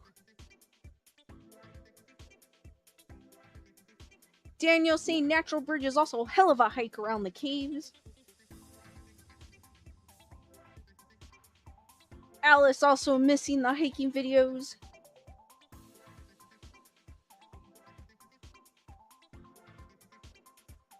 So we got 2 people thinking this is fake. What does everyone else think? I'm thinking too it's photoshopped, because of the fact that the legs look a little brighter than the rest of the picture. And usually when they have a ghostly apparition in a picture, they're not. I mean, you've seen full body apparitions, but I feel like that's a little too bright for me. D Nice is like fake. I've seen fake. Rochelle saying yes, ghost hiking haunted videos. Well, I wanted to go to some haunted locations because there are a few, but I just don't, and it's been hot and I haven't had the chance.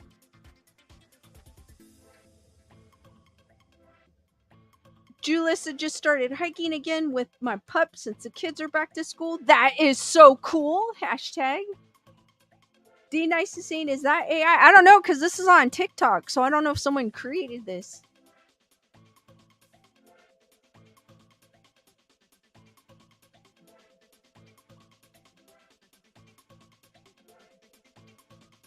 But to me, the feet look a little brighter than the rest of... They actually look like mannequin feet in a way. But that's me. Tyranna saying it's fake. I agree with you guys. I think this is fake.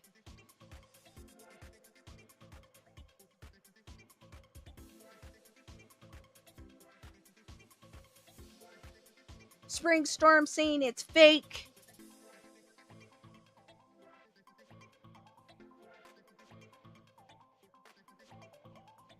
Julius is saying a bad Photoshop. Aaron Cooper saying this is old, weird. It showed up on TikTok.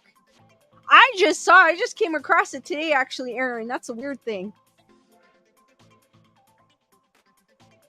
Daniel Miles says, take the swing out. That almost looks like a Black Sabbath album cover. It looks like they're on one of those ski lifts. In the summertime, obviously. I can't. This is as big as it'll go, guys. Oh, wait a minute.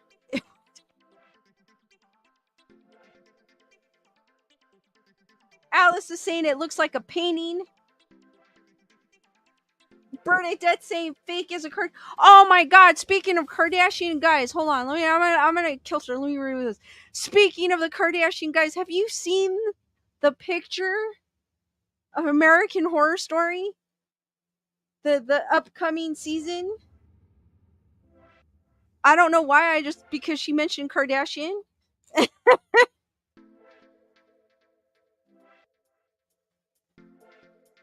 Hold on. I'm going bird. Sorry, guys.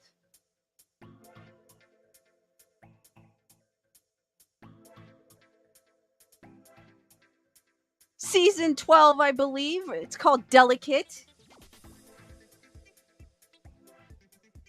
Let me see if I could find a there's a teaser trailer, because you know how American Horror Story does it. They don't really give you much. But they have these cool let me leave that up. Because she mentioned the Kardashian.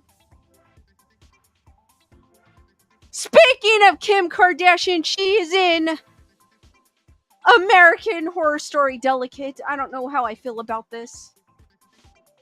Yes, Aaron Cooper, American Horror Story has a Kardashian. She is now on my screen. I don't know. It's like everyone else looks cool, but her. I don't know if they show. Oh, here's Emma Roberts.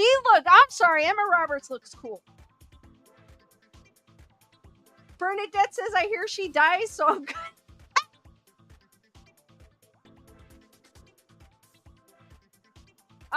It's on Hulu.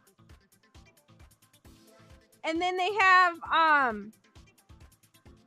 Cara Delevingne. She even looks cool. But Emma Roberts looks dashing. And then you got Kim Kardashian. So I was like, Jennifer Murray saying hopefully she dies in the first episode so the rest of the season is tolerable.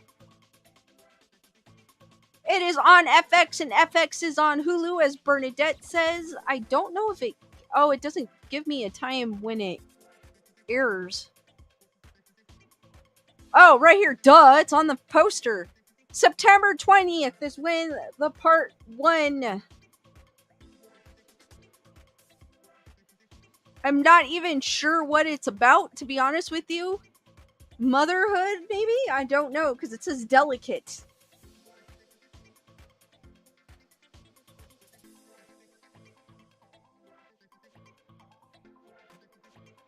Matthew goes, funny, she looks less fake in the image than she actually does.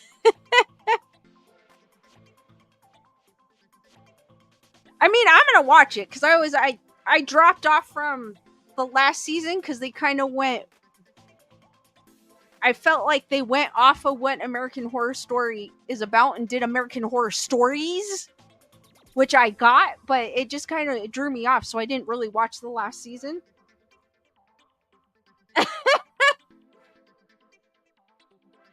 Aaron Cooper saying her behind looks normal.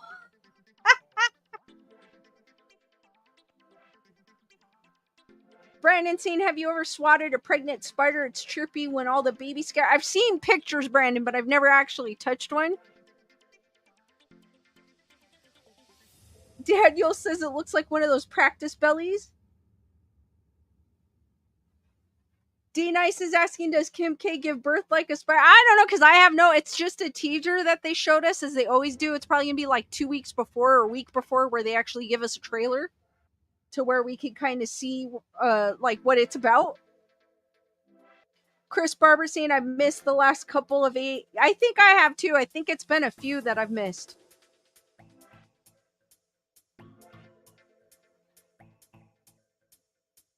I agree with you, Rochelle, with the plastic surgery. It's like, be proud of who you are and age gracefully.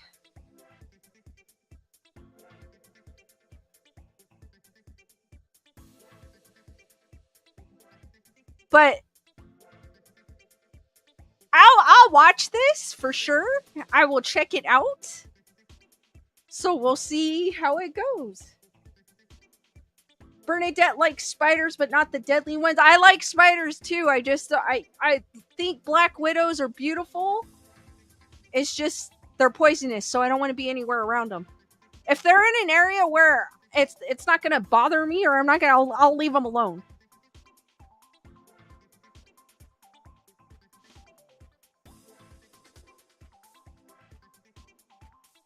So, because Bernadette mentioned Kim K, I had to show that.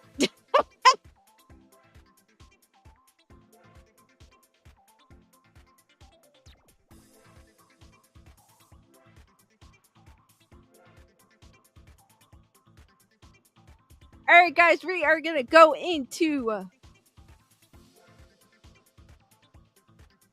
the Whaley House. Brandon Torres is saying, my cholo name is Brown Recluse in honor of the spider. Matthew Coburn saying they're also brown. I've seen those with an orange hourglass.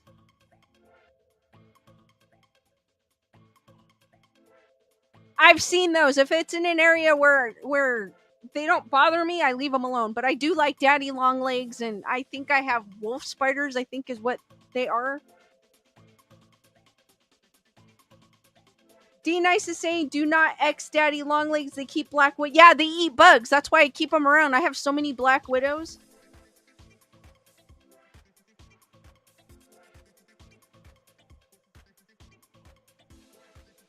We're going to go into the Whaley House. It's a short article. I wasn't able to find a longer article, but this is in San Diego. It is a place I've been wanting to go to. I just haven't had a chance to. Have any of you guys heard of the Whaley House?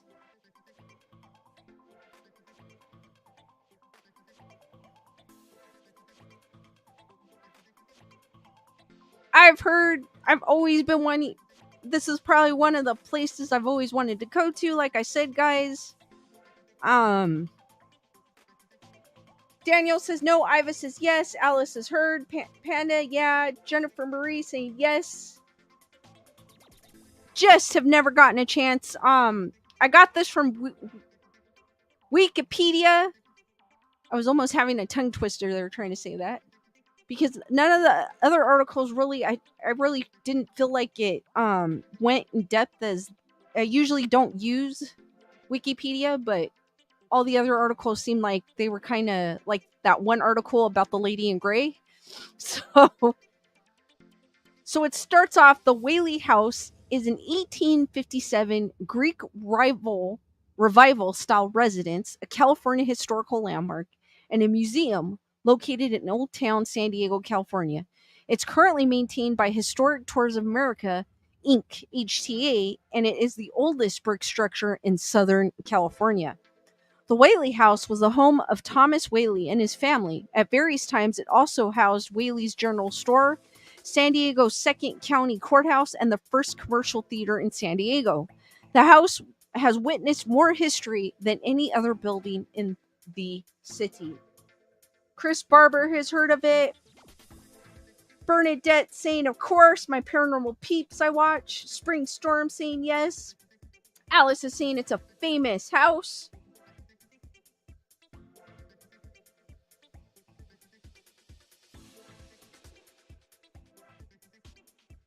So, history. Whaley family. Thomas Whaley, of Scots-Irish origin, was born on October 5th, 1823 in New York City, the seventh child in a family of 10. Whaley took over his father's successful business relations, then left New York on January 1st of 1849. He traveled to San Francisco during the California Gold Rush, where he engaged in business. He then went to San Diego in September of 1851. 2 years later, Whaley went back to New York and married Anna Eloise Delaune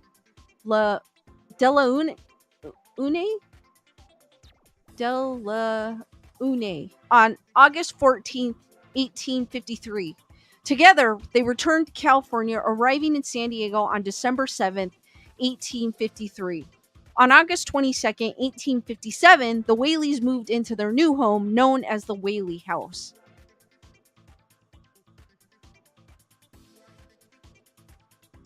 Alice is saying, I wish I could live in San Diego. San Diego is a beautiful area if any of you guys have ever been there. In fact, we were just there for Comic-Con, which has another Coronado, which is another place I've been always wanting to go to find the lady in black. Thomas and Anna Whaley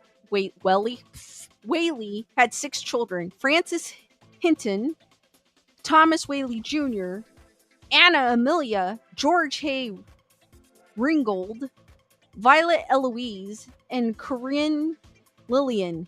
Francis Hinton was named after a business partner. Thomas Whaley Jr. suffered from scarlet fever at 18 months and died and passed away. After the death of baby Thomas and the loss by fire of their store, Thomas and Anna moved to San Francisco. In January of 1858, Whaley turned his affairs in Old Town over to Frank Ames, a Wells Fargo agent. In the summer of 1868, Thomas invested some of his new capital of stock and merchandise and headed back to San Diego. Thomas fixed up the old Whaley House, and Anna and the rest of the family arrived back home to San Diego on December 12th. On January 5th, Violet Eloise Whaley and Anna Amelia Whaley were both married in Old San Diego. Violet married George T. Bertolassi, and Anna Amelia, oh my god, these names, wed her first cousin, John T. Whaley, son of Henry Hurst Whaley, inside the family home. Unfortunately for Violet, just shortly after the nuptial, her new husband revealed to her in a letter his sordid past. Bertolacci was a con artist who only married Violet in the hopes of inheriting some of the Whaley family fortunes. Bertolacci vowed to prove his worthiness, but Mr. and Mrs. Whaley would try to sever all contacts. Suffering from melancholy, Violet committed by shooting herself in the chest with Thomas's .32 on August 19th. She was then 22 years of age. Her note read this: mad from life's history, swift to death's mystery, glad to be hurled anywhere out of this world. Wow.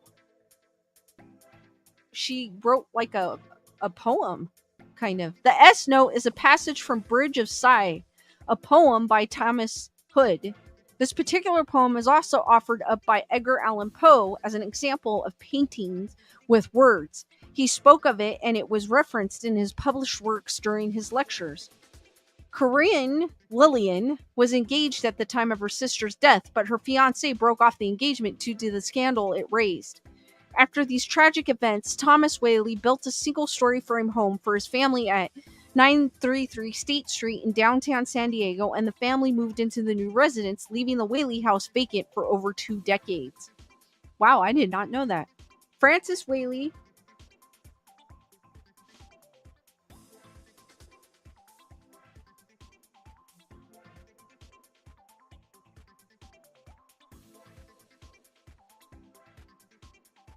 Julissa says, oh, now I know why I've heard this name. My son learned about him in the 4th grade social studies class. Ah! Bernadette would love to move to San Diego, but it's too expensive. It is, but it's beautiful. Francis Whaley married Susan E. Murray. This sounds like a history book. I probably shouldn't have used a Wikipedia, but I felt like this would give more information. In Mendocino, California, on December 31st. On December 14th, Thomas Whaley died due to an ill health at the State Street address.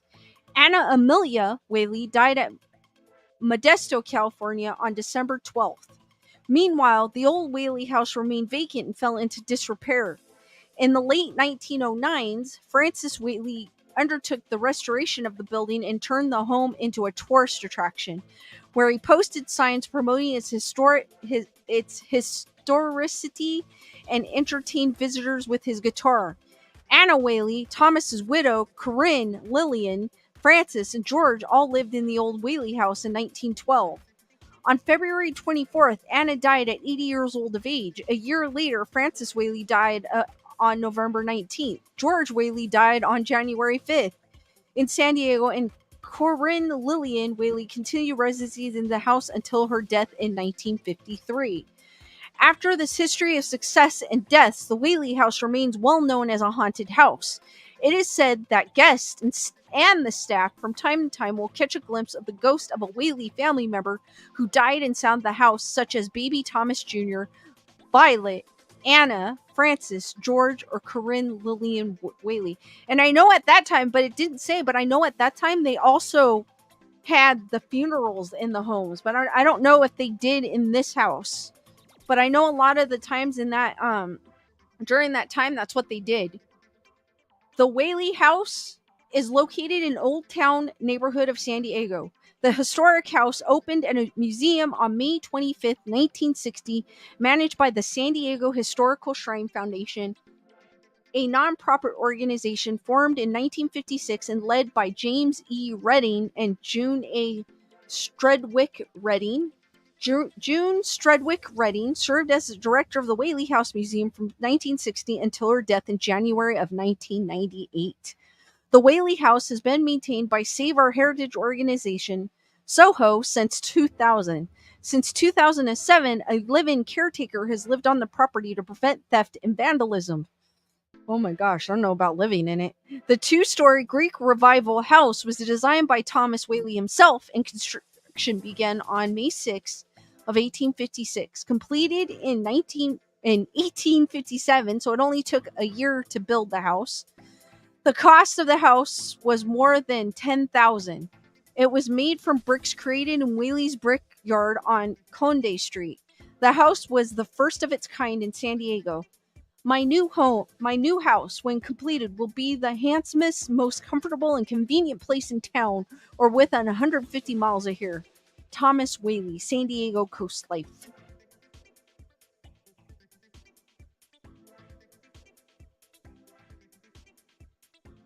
Chris Barber saying my brother is thinking of moving to San Diego.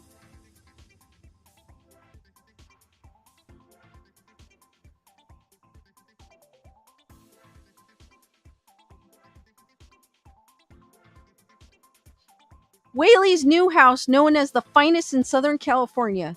The house was furnished with mahogany and rosewood furniture, Brussels carpets, and damask drapes, and was considered a mansion for its time and place. The residence became the gathering place for San Diego. Besides being the Whaley family home, it was also San Diego's first commercial theater, the country courthouse, and general store. In October of 1868, an upstairs family bedroom was converted into a theater after Thomas Whaley rented the room out to the Tanner Troupe, a local theater troupe traveling through San Diego at the time. For the troupe's opening night performance, the small room accommodated a stage, a few benches, and an astonishing 150 guests. Although it was mostly standing room only and ladies had been advised not to wear their hoop skirts or petticoats that evening to allow for more room. The operator of the theater, Thomas Tanner, died just 17 days after opening, and his troupe had disbanded by the end of January of 1869. The Whaley House also served as the county courthouse in 1869. For $65 a month, the county of San Diego leased the courtroom and 3 of the upstairs bedrooms. Another part of the Whaley House history was the Whaley and Crothwaite General Store, which was a wholesale and retail store. In the 60s and 70s, the 1800s that is, the house became the focal point of a battle between Old Town residents and residents of Newtown, current downtown, for dominance of San Diego. The San Diego Wakeshafe Ferry, I don't have any footage on this one. The San Diego County government had been renting, but I can look. Let me see if there's any pictures. The San Diego County government had been renting a portion of Whaley House for its offices and records. Whaley offered several times to sell the house to the county, but the offer was ignored. Newtowners demanded that the county offices and records be moved to Newtown.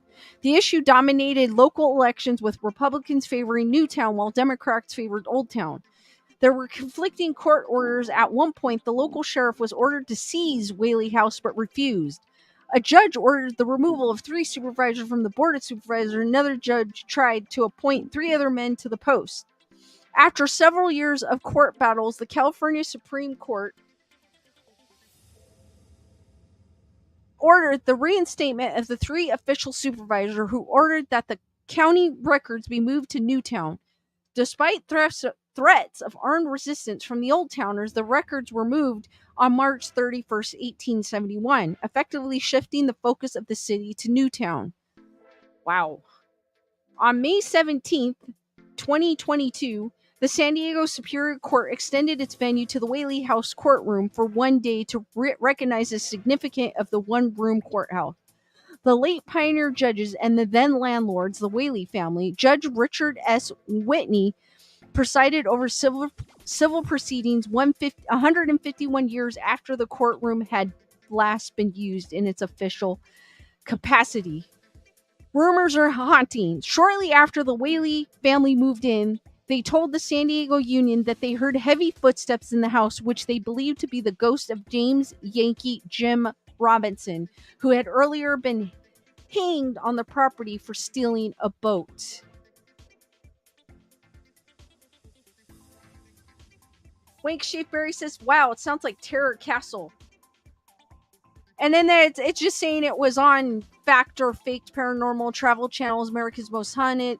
It was on Ghost Adventures that I know of. It's been on quite a few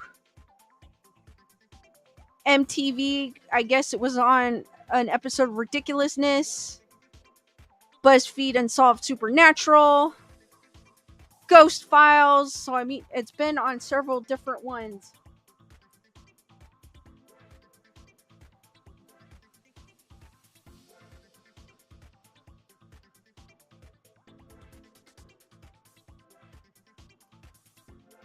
Panda Bear saying such a sad history for the family. Yeah, it does. Susan Reich is saying sounds very haunted. Wake Sheafberry saying 3 investigators. Bernadette says Sam and Colby as well. D Nice is saying it's super popular with good reason. Rochelle sent me. I saw it, Rochelle. I'll check it out. With good reasons. Let me see if I can find, like, I don't think they have any footage. You probably have to watch, like, one of those.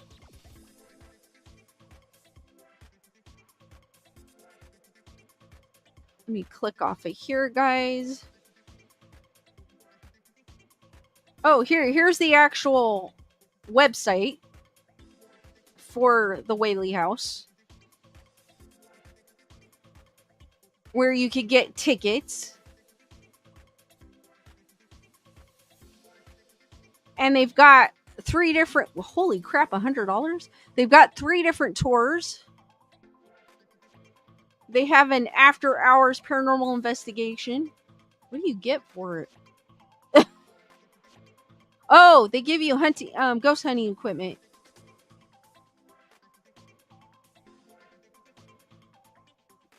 As seen on Ghost Adventures, Ghost Files, and BuzzFeed. For the rightful price of $94.05, you can book this tour. There's a daytime self-guided tour for $28. And there's also a trolley tour and Whaley House day tour package. So the trolley probably takes you through Old Town, which there's a lot of things in Old Town that are haunted, which is cool. So one of these days, I want to take that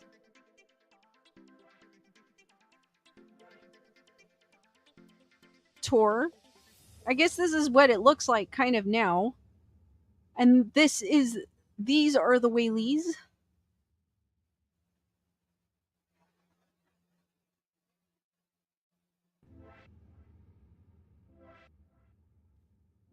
Trying to see if I could see anything else, like they have any other pictures.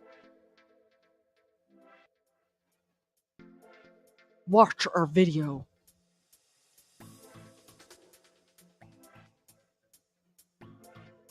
They're saying Baby Thomas. I think if I remember correctly, I don't know if a friend of mine had gone to here and they felt someone holding their hand. It might have been this house because I know there's another house. There's another place that's haunted in San Diego as well. Jennifer Marie wants to do the paranormal tour. Susan Rexine, I know it's very expensive. Daniel Mazza say, do you have to have a license to hunt ghosts? I don't think so.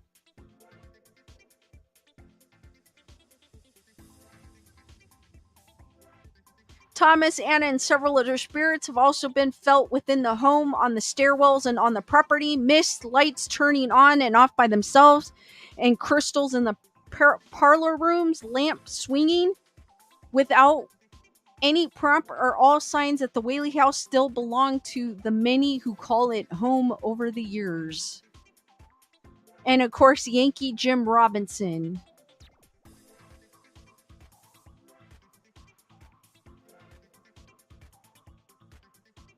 But this is kind of what it looks like.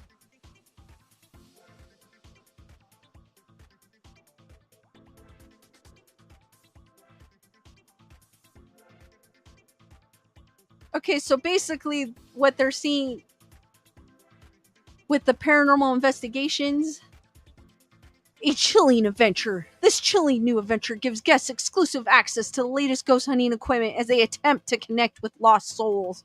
With the help of our experienced guides, each guest will be provided with and trained to use an array of traditional and state-of-the-art ghost hunting equipment, or feel free to bring your own. With a wide variety of tools of the trade, you'll attempt to find evidence of ghosts and other supernatural beings. Join us for a spine-tingling evening unlike any others as you connect with the other side. Sorry, I had to do that.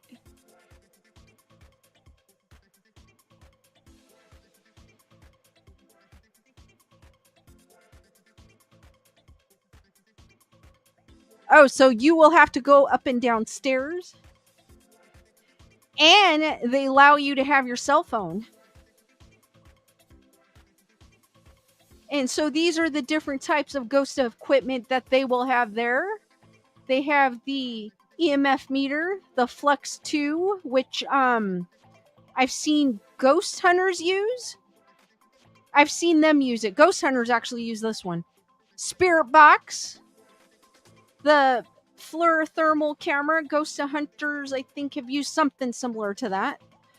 Dowsing rods and a G2 laser grid system. So they do have some, I guess, for $94. It might be worth it. Or you can bring your own.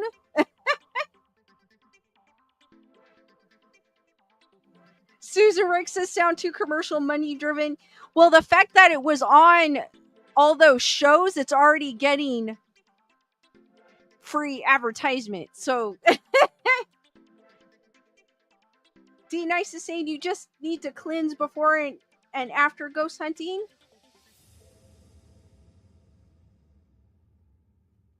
D Nice has dowsing rods.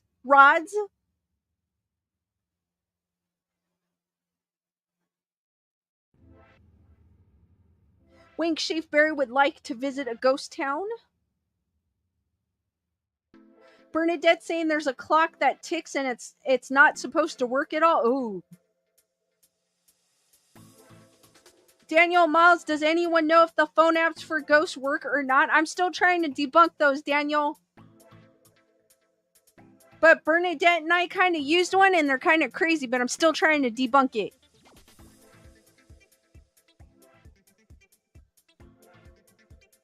Susan Reich say, will they have ghosts popping out of the closets like in the funhouse? I wouldn't be surprised, you know what I mean? Because you're paying $100 to have an experience. But then again, if you're actually ghost hunting, you're not going to catch something all the time.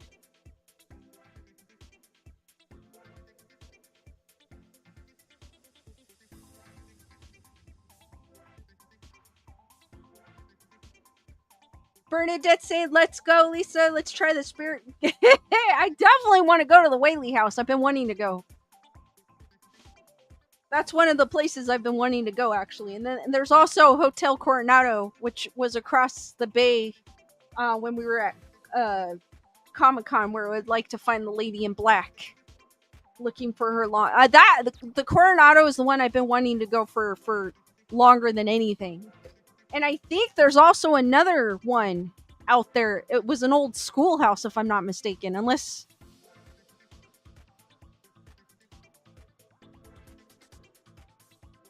Because I know my friend went there with her family and they just wanted to go because they liked, like the old Victorian, and they just thought it was an old schoolhouse, and it turned out it was haunted.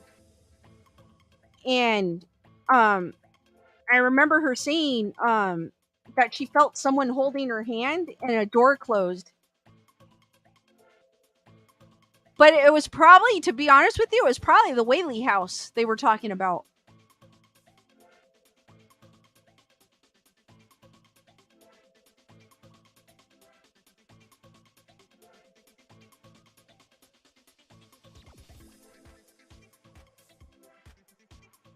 Brandon saying I've been to that hotel and walked through it in San Diego.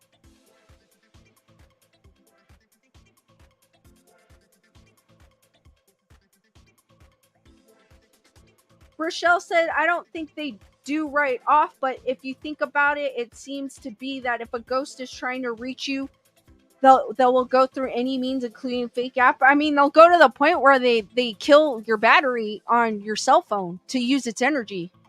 So, I mean, Rochelle makes a point. Jennifer saying when Bernadette and I do the spirit box again, go live so we can all watch.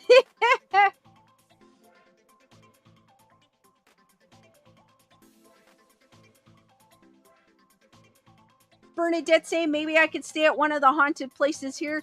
Bernadette, the Stanley Hotel! I don't know how far you are from it.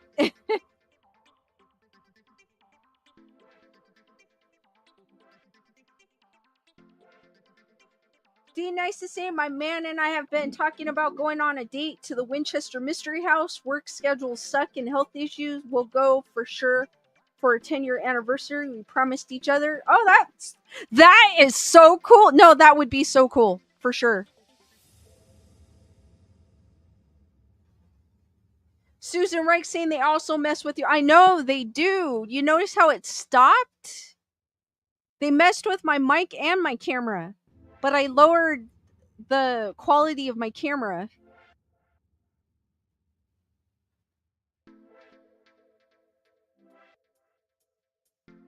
Wow, D nice. Congrats. 10 years in January. Whoa, that's a long time. That is a long time. Woo. Well, it was like Michelle Yeoh. She was with her now husband for 19 years before they got married. That is crazy. When most marriages in Hollywood don't pass 10 years. So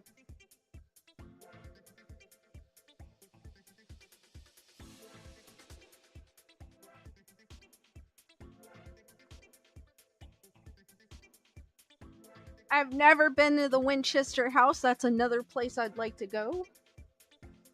Rochelle, I have an EMF detector and I was messing around with it the other day and I noticed my fan was emitting a lot of EMFs by my bedside table. So that might be why I'm hearing things when I'm going to bed. So I stopped using it because I know high EMFs are not good for you. Daniel saying not married but working on 14 years. Wow, Daniel, that's awesome. Brandon saying I like the Freddy color stripes on your beanie. Thank you.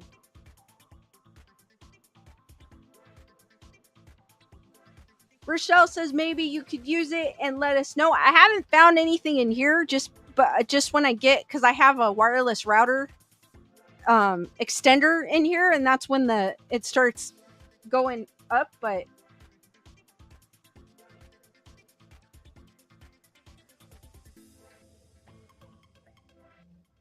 Alice, I have an Android.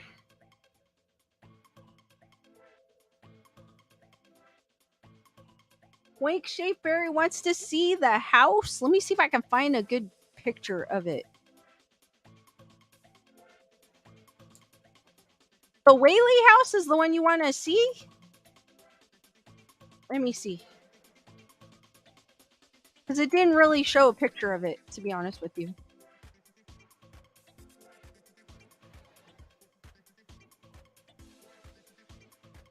Here you go. Here's a good one. Here's one at night.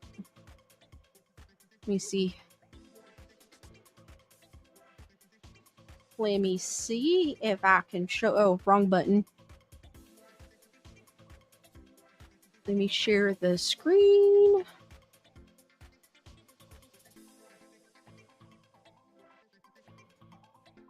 Ah!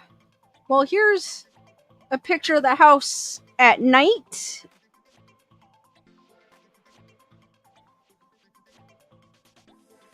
Here's one during the day. It's actually it's pretty small if you come to think of it. Here's one during the day. The day one looks better actually.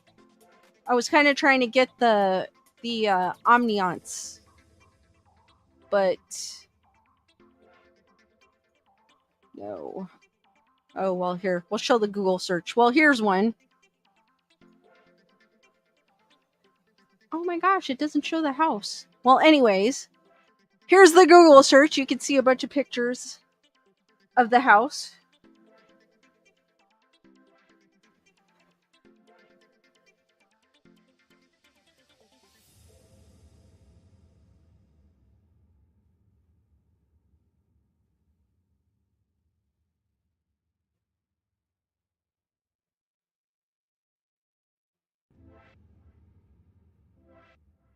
Thank you, Tyrannus. I love your hat.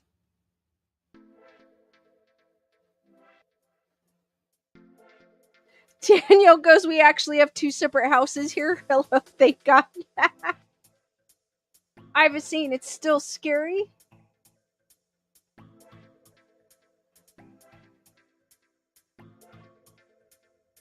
Wake Shaper saying, oh, did you know that the Winchester Mystery House collapsed after an earthquake?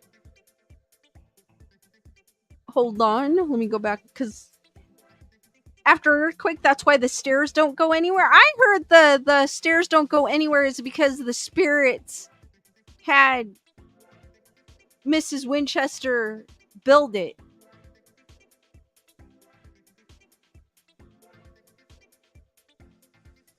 That's what I heard from the Winchester.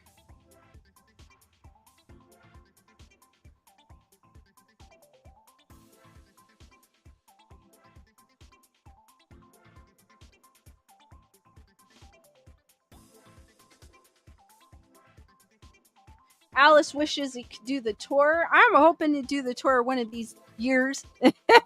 I've always wanted to go to that house. And Coronado. So those are like the two places I want to go to. Julissa says she believed if she stopped building, she would die. I've seen something like that. Jennifer Marie saying the last time I was there, it was still under active construction. Wow.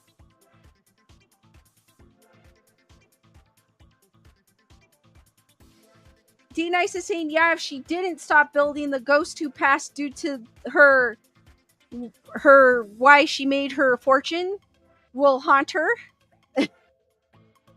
Alice is saying I should go to the Winchester house.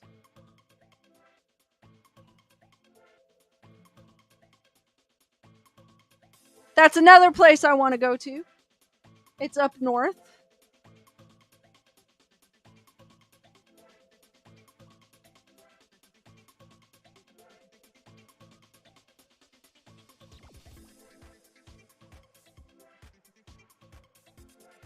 Daniel's saying what's really funny, years ago we were homeless for a couple of years, so I got two vans. We each had our own room in the same 5 cats for all those 14 years. Wow.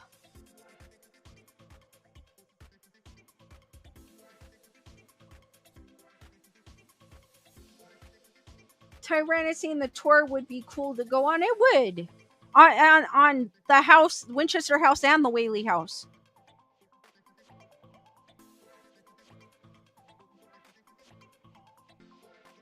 Alright guys, this is a portion of the stream where I open it up for questions. So if you guys have any questions, could be paranormal related, could be criticisms, could be, no, I always say that because I like to say that. You guys have any complaints or criticisms? No, I just like saying that for some odd reason. I don't know why. Chris Barber saying that place is the only cold place where I go in Cal. There's a lot of haunted places actually in San Diego. In fact, I walked, but Lewis has the video and we haven't been able to send it to me while we were in San Diego. I just happened to be like Googling because I saw like the signs on the building and I go, those look like old buildings. And while I was Googling, I found one of the hotels was haunted and we walked in and he actually talked to the front desk and they were like, is it really haunted? And she was like, no, I've been to, and then we actually walked through. It was one of those hotels where you can actually walk through. And we went to one of the rooms that is supposedly haunted. We didn't go into the room, but we walked around. Susan, I have never seen a UFO or a ghost. Jennifer Marie does not want a jump scare. Bernadette, wish you could have went to the Viper room. I know, they destroyed it. I did go to the Viper room, but that was like 20 years ago. I think I went to see Eve 6 or something like that. Or Our Lady Peace, one of those bands.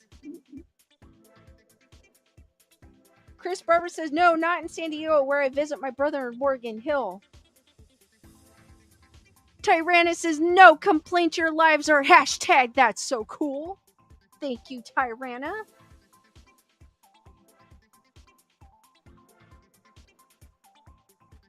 So I've actually gone to the Viper Room for a concert to see a band. And when I walk, I'm like the morbid one of the group. I'm the one. Isn't this the club where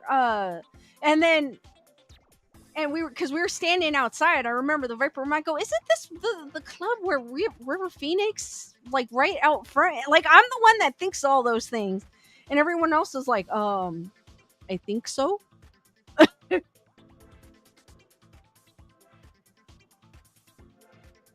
But at the time, I didn't know it was haunted.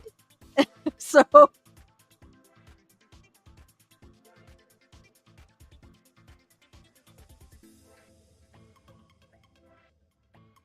Well, not morbid, but I'm like the one that goes, oh, isn't this haunted?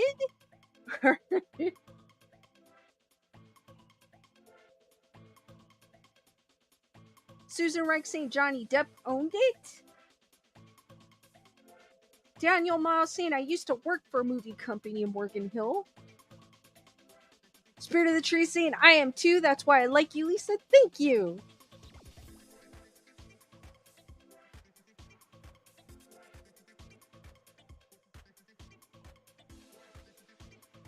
Brandon said they had his name written in the concrete when I was there in 2008. I think, when did I go there? It was probably about the same time. No, before then. It's probably after the 2000s. It was before then.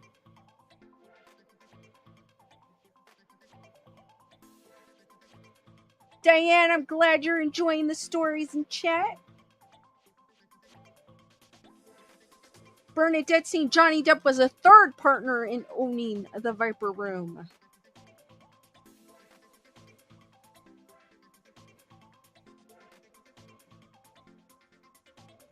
Keep the questions going, guys.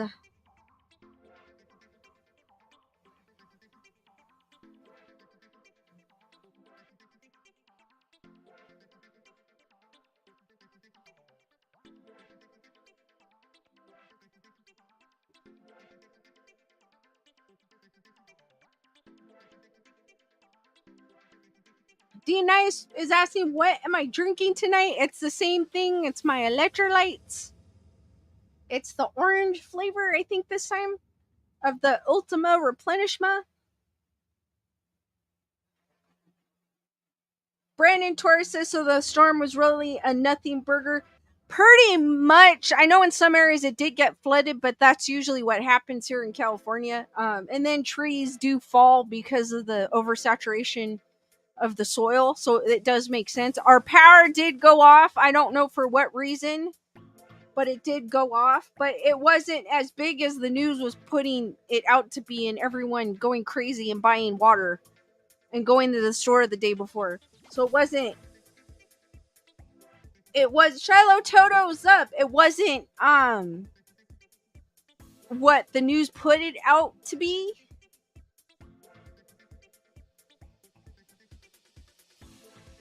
Oh, Rochelle, it's on Netflix.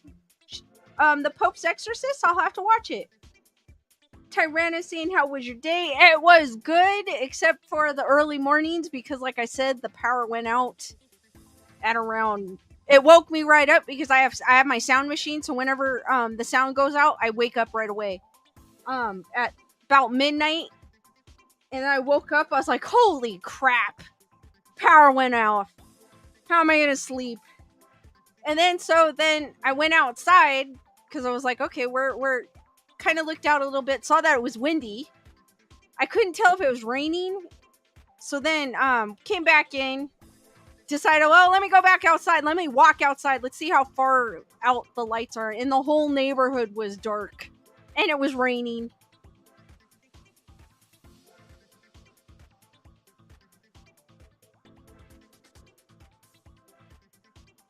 D-Nice, I didn't see the toilet paper moving. I saw water moving. For me, I don't know. Maybe some places it was toilet paper. Alice is asking, have I gone to Cobb Mountain? No, I have not.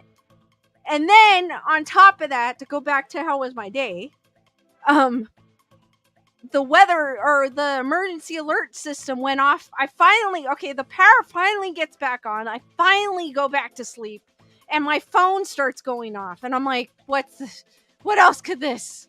So about 2:30, Mr. Emergency Weather System, why are you going off at 2:30 in the morning?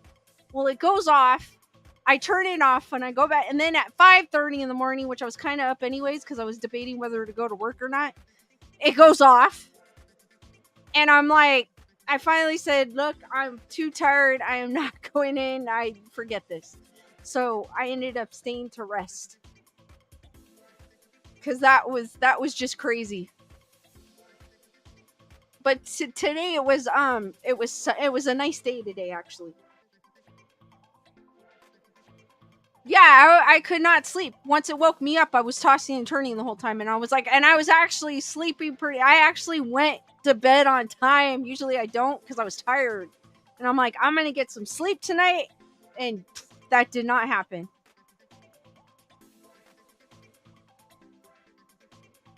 I was so annoyed.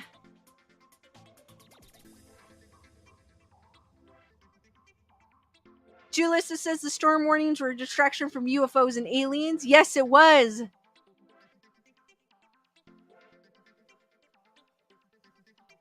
I know, Jennifer Marie, I know in some areas it was bad because of they had like the rock slides and they had the flooding, but we usually, even the winter storm we had that. We had the flooding too as well because California does not like to clean their drains on the freeway. So that's what happens. Cuz we're not used to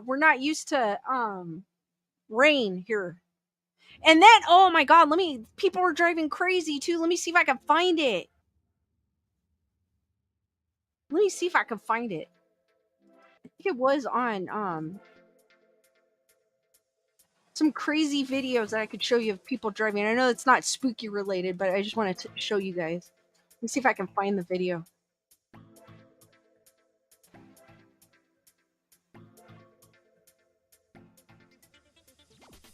D-Nice is asking how many aliens do I think landed during the storm?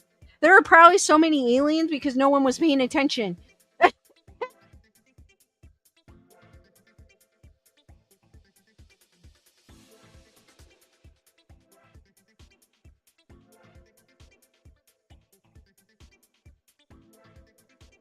me see if I can find it.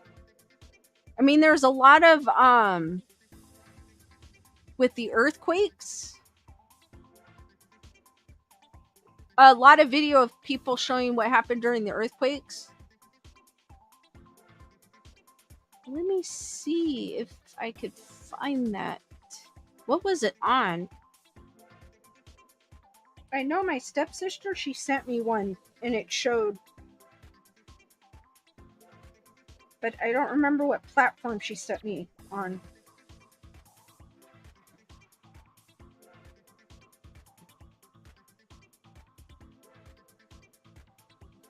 Oh, it was on. Oh, I don't have it on here though. Let's see if I can find the video anyways. Thanks, Shaper saying, I love the rain. I'm only happy when it rains. A garbage song. I'm only happy when it rains.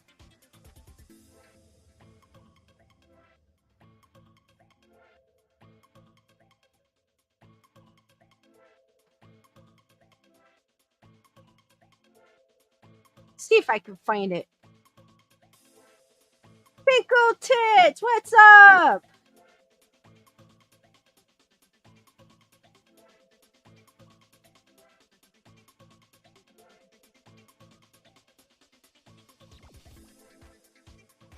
I think it's this. Hold on. Let me see if I found it. It's a...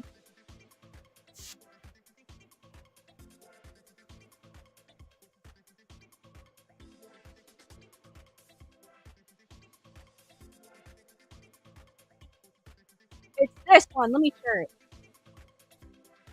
All right, hold on. This is from ABC 7. And it's the news. I guess this is on the 5. If you do have to drive to work this morning, the roads, they are wet, and we're seeing a lot of hydroplaning. See, this is how people drive in California, guys. You can see there several drivers lost control of their cars on the 5 near Hasley Canyon Road in Castaic yesterday. You can see some of them were able to avoid slamming into other drivers, but there were some crashes. Several people in our newsroom traveled through the Grapevine yesterday and said it was a mess with very low visibility. You should avoid the roads until this afternoon if possible. Hello, I'm Mark Brown. Yeah, people drive crazy here.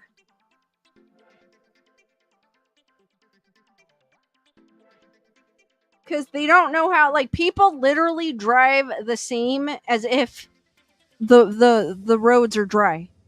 They don't have any sense of that it's wet. They don't care, to be honest with you. Because whenever it's raining, I always have these people just like rushing past me, and I'm like, dude. Brandon saying hydroplane is scary. I hit a tree once due to that. Whoa. Jennifer Marie saying, of course, Californians forget what not to do when you hydro. I know, they can't drive in the rain at all. Because we hardly get any rain.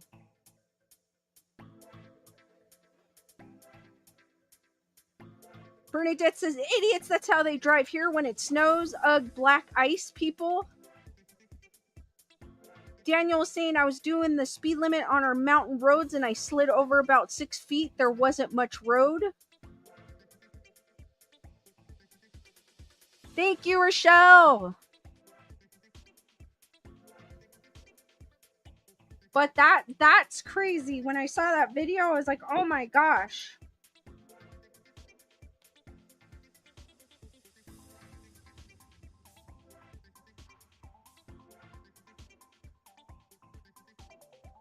I know, Diane. Imagine if we got snow on the freeway. People, oh my gosh, people wouldn't be able to drive. Chris Barber's like here, no one knows how to drive in the snow.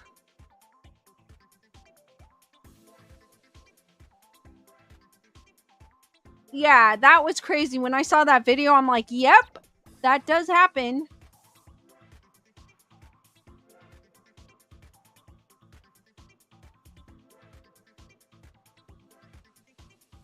All right, guys, any more questions? I'm probably going to stay on for another 10 minutes or so here.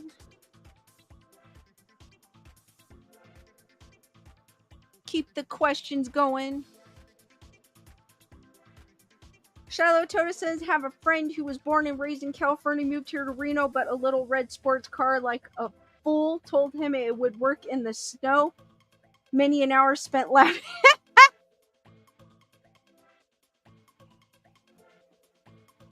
Daniel Miles is like a chainsaw, draws a deer's attention. When it snows, the people come out of the woodwork here. Spirit of the Trees saying, I don't even know how to walk in the snow. Jennifer Marie saying it would basically be a sign of Armageddon if it snows in SoCal. No one would know what to do. Chris Barber says they don't know how to drive even if they've lived here forever. Wow. That's bad. Nerd Report saying, I think we kicked the it never rains in California stereotyped. It rained for about 100 days last year. I felt like the rain in the wintertime that we had was worse than the rain we had last night, to be honest with you. And we got snow from it in some places.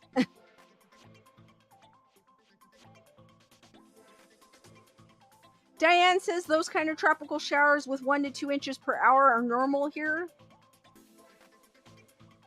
Bernadette is asking when I'm going to grab Lewis's lightsaber. I'm trying to be sneaky, Bernadette. You'll see it in my background soon. No, I'm just kidding. Iva says same in small towns, just stay home. Alice was saying, yeah, Alice, there was last winter there was a tornado on Montebello that hit. Luckily it was in an area where there was a warehouse. It wasn't where houses were, but Wink Shape Barrett, I am pretty much in the question phase of my stream. So for the next time, I'll play some more spooky clips. I'm in the question and answer phase. Matthew saying only time I got snow was one time in Jacksonville, Florida in 1989. It actually snowed. Wow. D Nice is saying, we are all proud of you, Lisa, how far you've come. You're so much more confident. Your channel got bigger. Just excited for what the future holds. Thank you, D Nice. I appreciate that.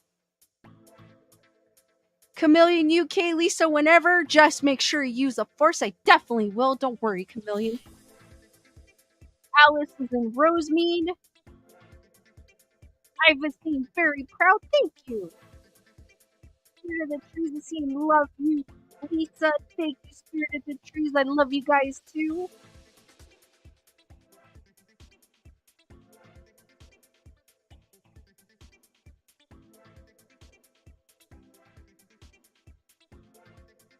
Alex Martinez is near Monterey Park.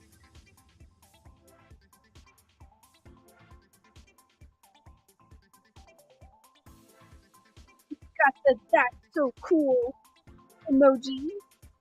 Now that you can actually see it.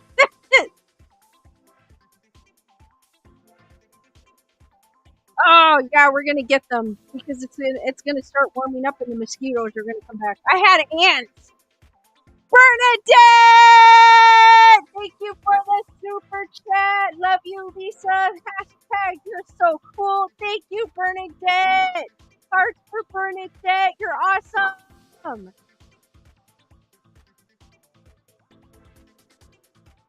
Tyrana wants me to get the lightsaber too as well.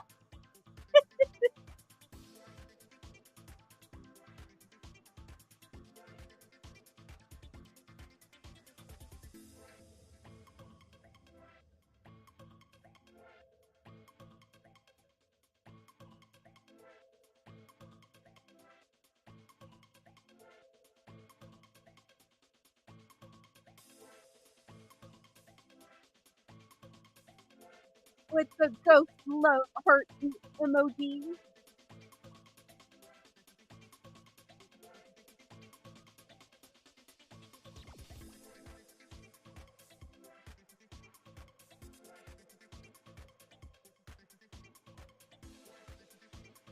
Alright guys, I must bid you all farewell. Thank you for joining me today as we talked about Oh, wait a minute. Iva! Thank you for the super sticker with the corgi with the thumbs up hearts for Iva. Thank you, Iva.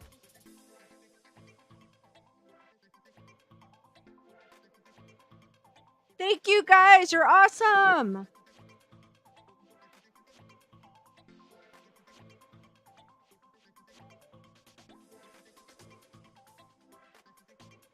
All right, guys, I will have to bid y'all farewell. Thank you for joining me about talking the Whaley House, and we talked about the lady in gray. Thank you for everyone for all the support and for the little chat we had and the scary videos. And I will see you on the next one, which will be Saturday at 8 p.m. Pacific Standard Time. Be there or be squared and stay spooky, guys. Good night and thank you.